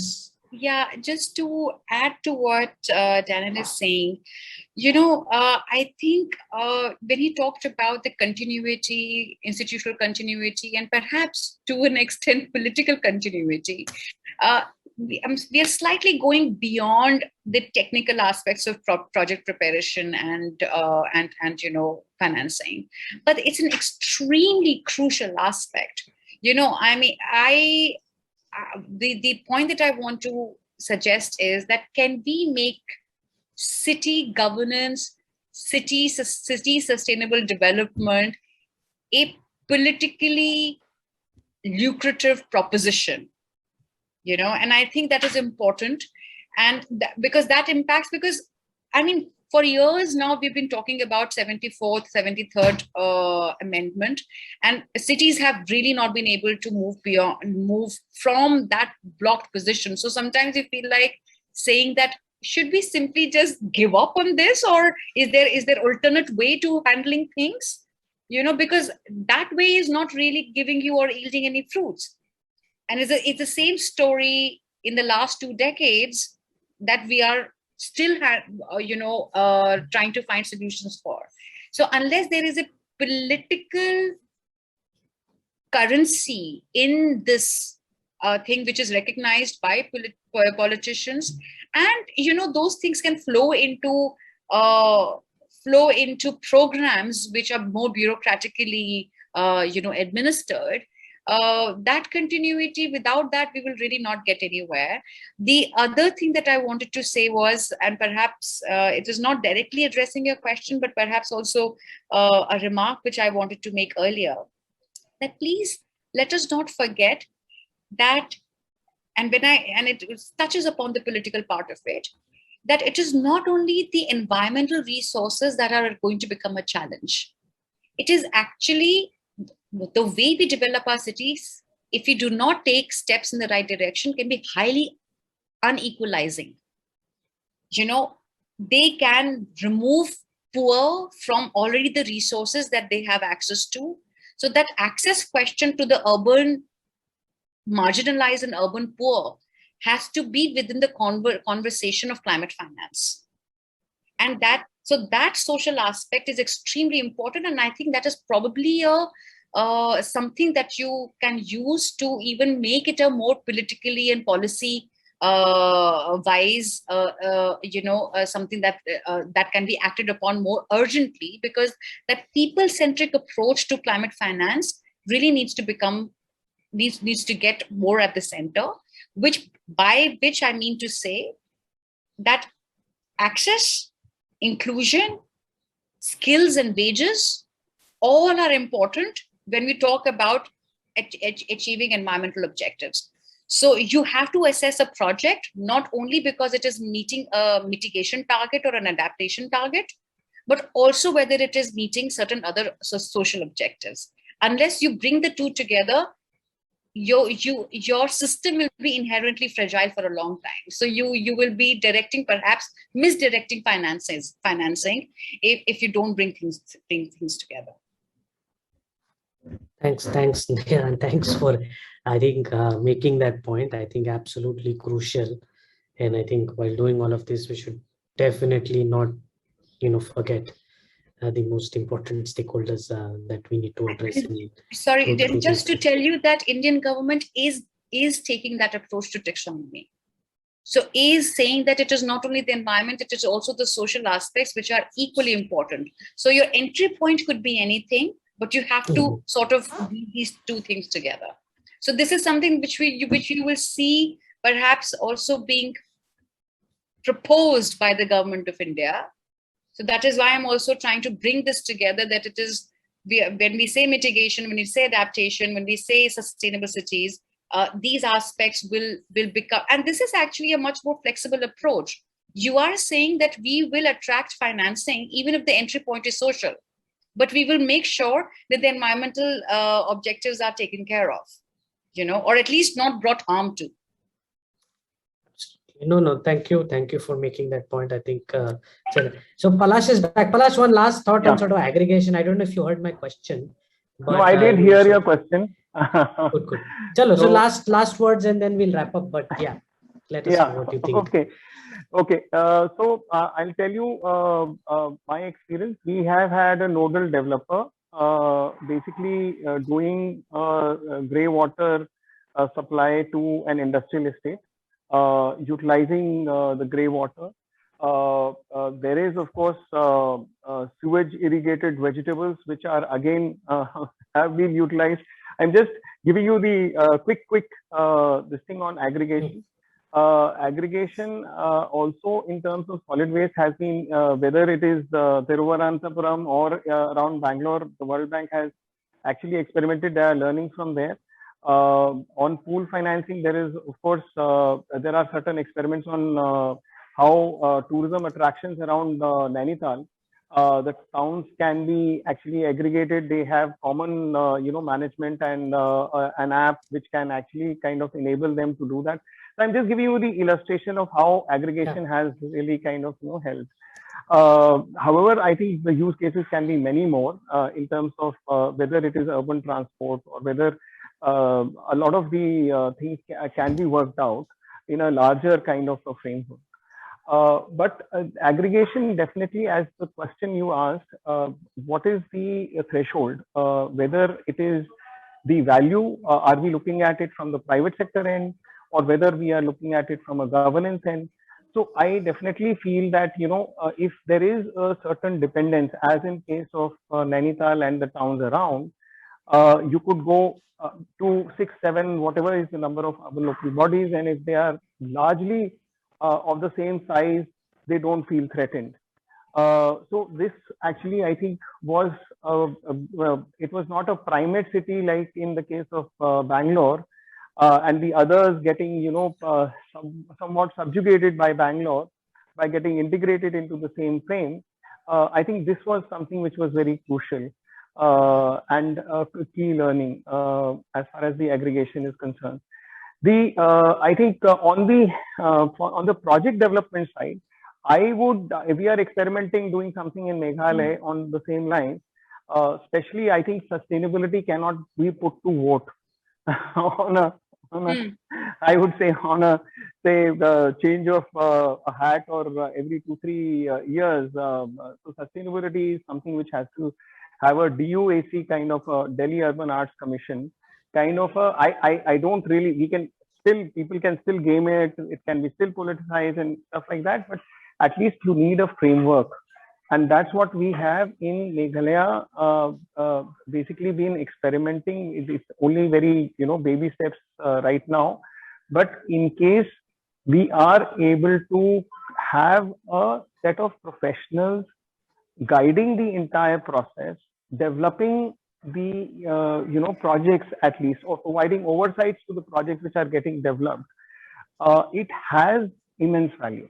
And if it is for a long period of time, whether at least the institution is there for a long period of time, it actually definitely gives a lot of continuity. And I think I couldn't agree more with Daniel and Neha on these aspects. But I think from a real quick solutions, I think we need civil society in the same aspect. We have experiments in India, the Bangalore Agenda Task Force. It really fell, I think, for the wrong reasons. I think we need, like Neha said, we need all shades of money. We just don't want, and I'm not talking the blacker, version of it, but I'm saying definitely the civil society involvement, engagement, not for the amount of money that it brings, but the kind of sheer commitment that percolates across all segments of the society in terms of being able to engage, because government has a slightly, I would say, on the converse side of the Midas touch. Anything that is touched by government does not really have or meet with such success. So I think we need the civil society for engagement, quite like the Bangalore Agenda Task Force. We need a lot of different shades of money. It is not green, of course, is something which is very important. We have to have certification. We have to have standards. We are yet experimenting. There are global standards which are actually evolving there. I think the Ministry of Finance, DEA, had been engaged on coming up with a definition for that. But I think I'll rest my case on the aggregation bit. I think we are experimenting a lot. In Tamil Nadu also, we are experimenting as far as getting the blending of the CNG, city gas with certain bio gas in it. So we've engaged with basically NGRB on this. So I think there are enough instances where, or I think there's a use case, as you started by saying that we've had enough of pilots. I think there are enough pilots now. We should go to scale. We should actually set up something which actually enables going to scale and with a continuity which is there for a slightly longer time than what we have seen all this time. Thank you. Thank you. I think we're over time. Thank you. I would really thank all three of you, I think, for this wonderful conversation. And I think thank you, Pawan, for setting the context. I think clearly, I think there is an agreement that, we need better project preparation. We need to do that for a large number of projects. So we need to build capacity, and we need to figure out, and that we need a range of sort of facilities like that based to fit for purpose. And then that same thing sort of translates to financing, where, again, building on sort of, So I think it's very clear that I think a lot more needs to be done in moving from these sort of pilots and a few to something at scale, and that there is a lot of intermediate sort of institutions that need to be built, private sector, civil society, government, that are able to sort of enable this transition from a handful of projects to the kind of scale that Pawan talked about. So on that note, we'll close this session, but I think it's clearly, I think this is something that we will definitely follow up with you as well to see how we can collaborate and how, whether we can contribute, and together if we can do something that also allows us to move forward the agenda. So both Neha, Daniel, Palash, this is something we'll definitely sort of follow up with you guys. So thanks once again, and we'll close. I'll hand it back to Prerna to close the session. Thank you. Thank you, Madhav, and thank you all the speakers. This is a splendid conversation that we had, much needed in many ways. As Madhav said, we will definitely circle back for a deeper conversation. Thank you, everyone. Thank you, Pawan. And I want to also take this opportunity to thank the backend team, Himanshi, Shabna, who have been supporting us through the session. Thank you very much. Thank you, Madhav. Thank you. Thank you.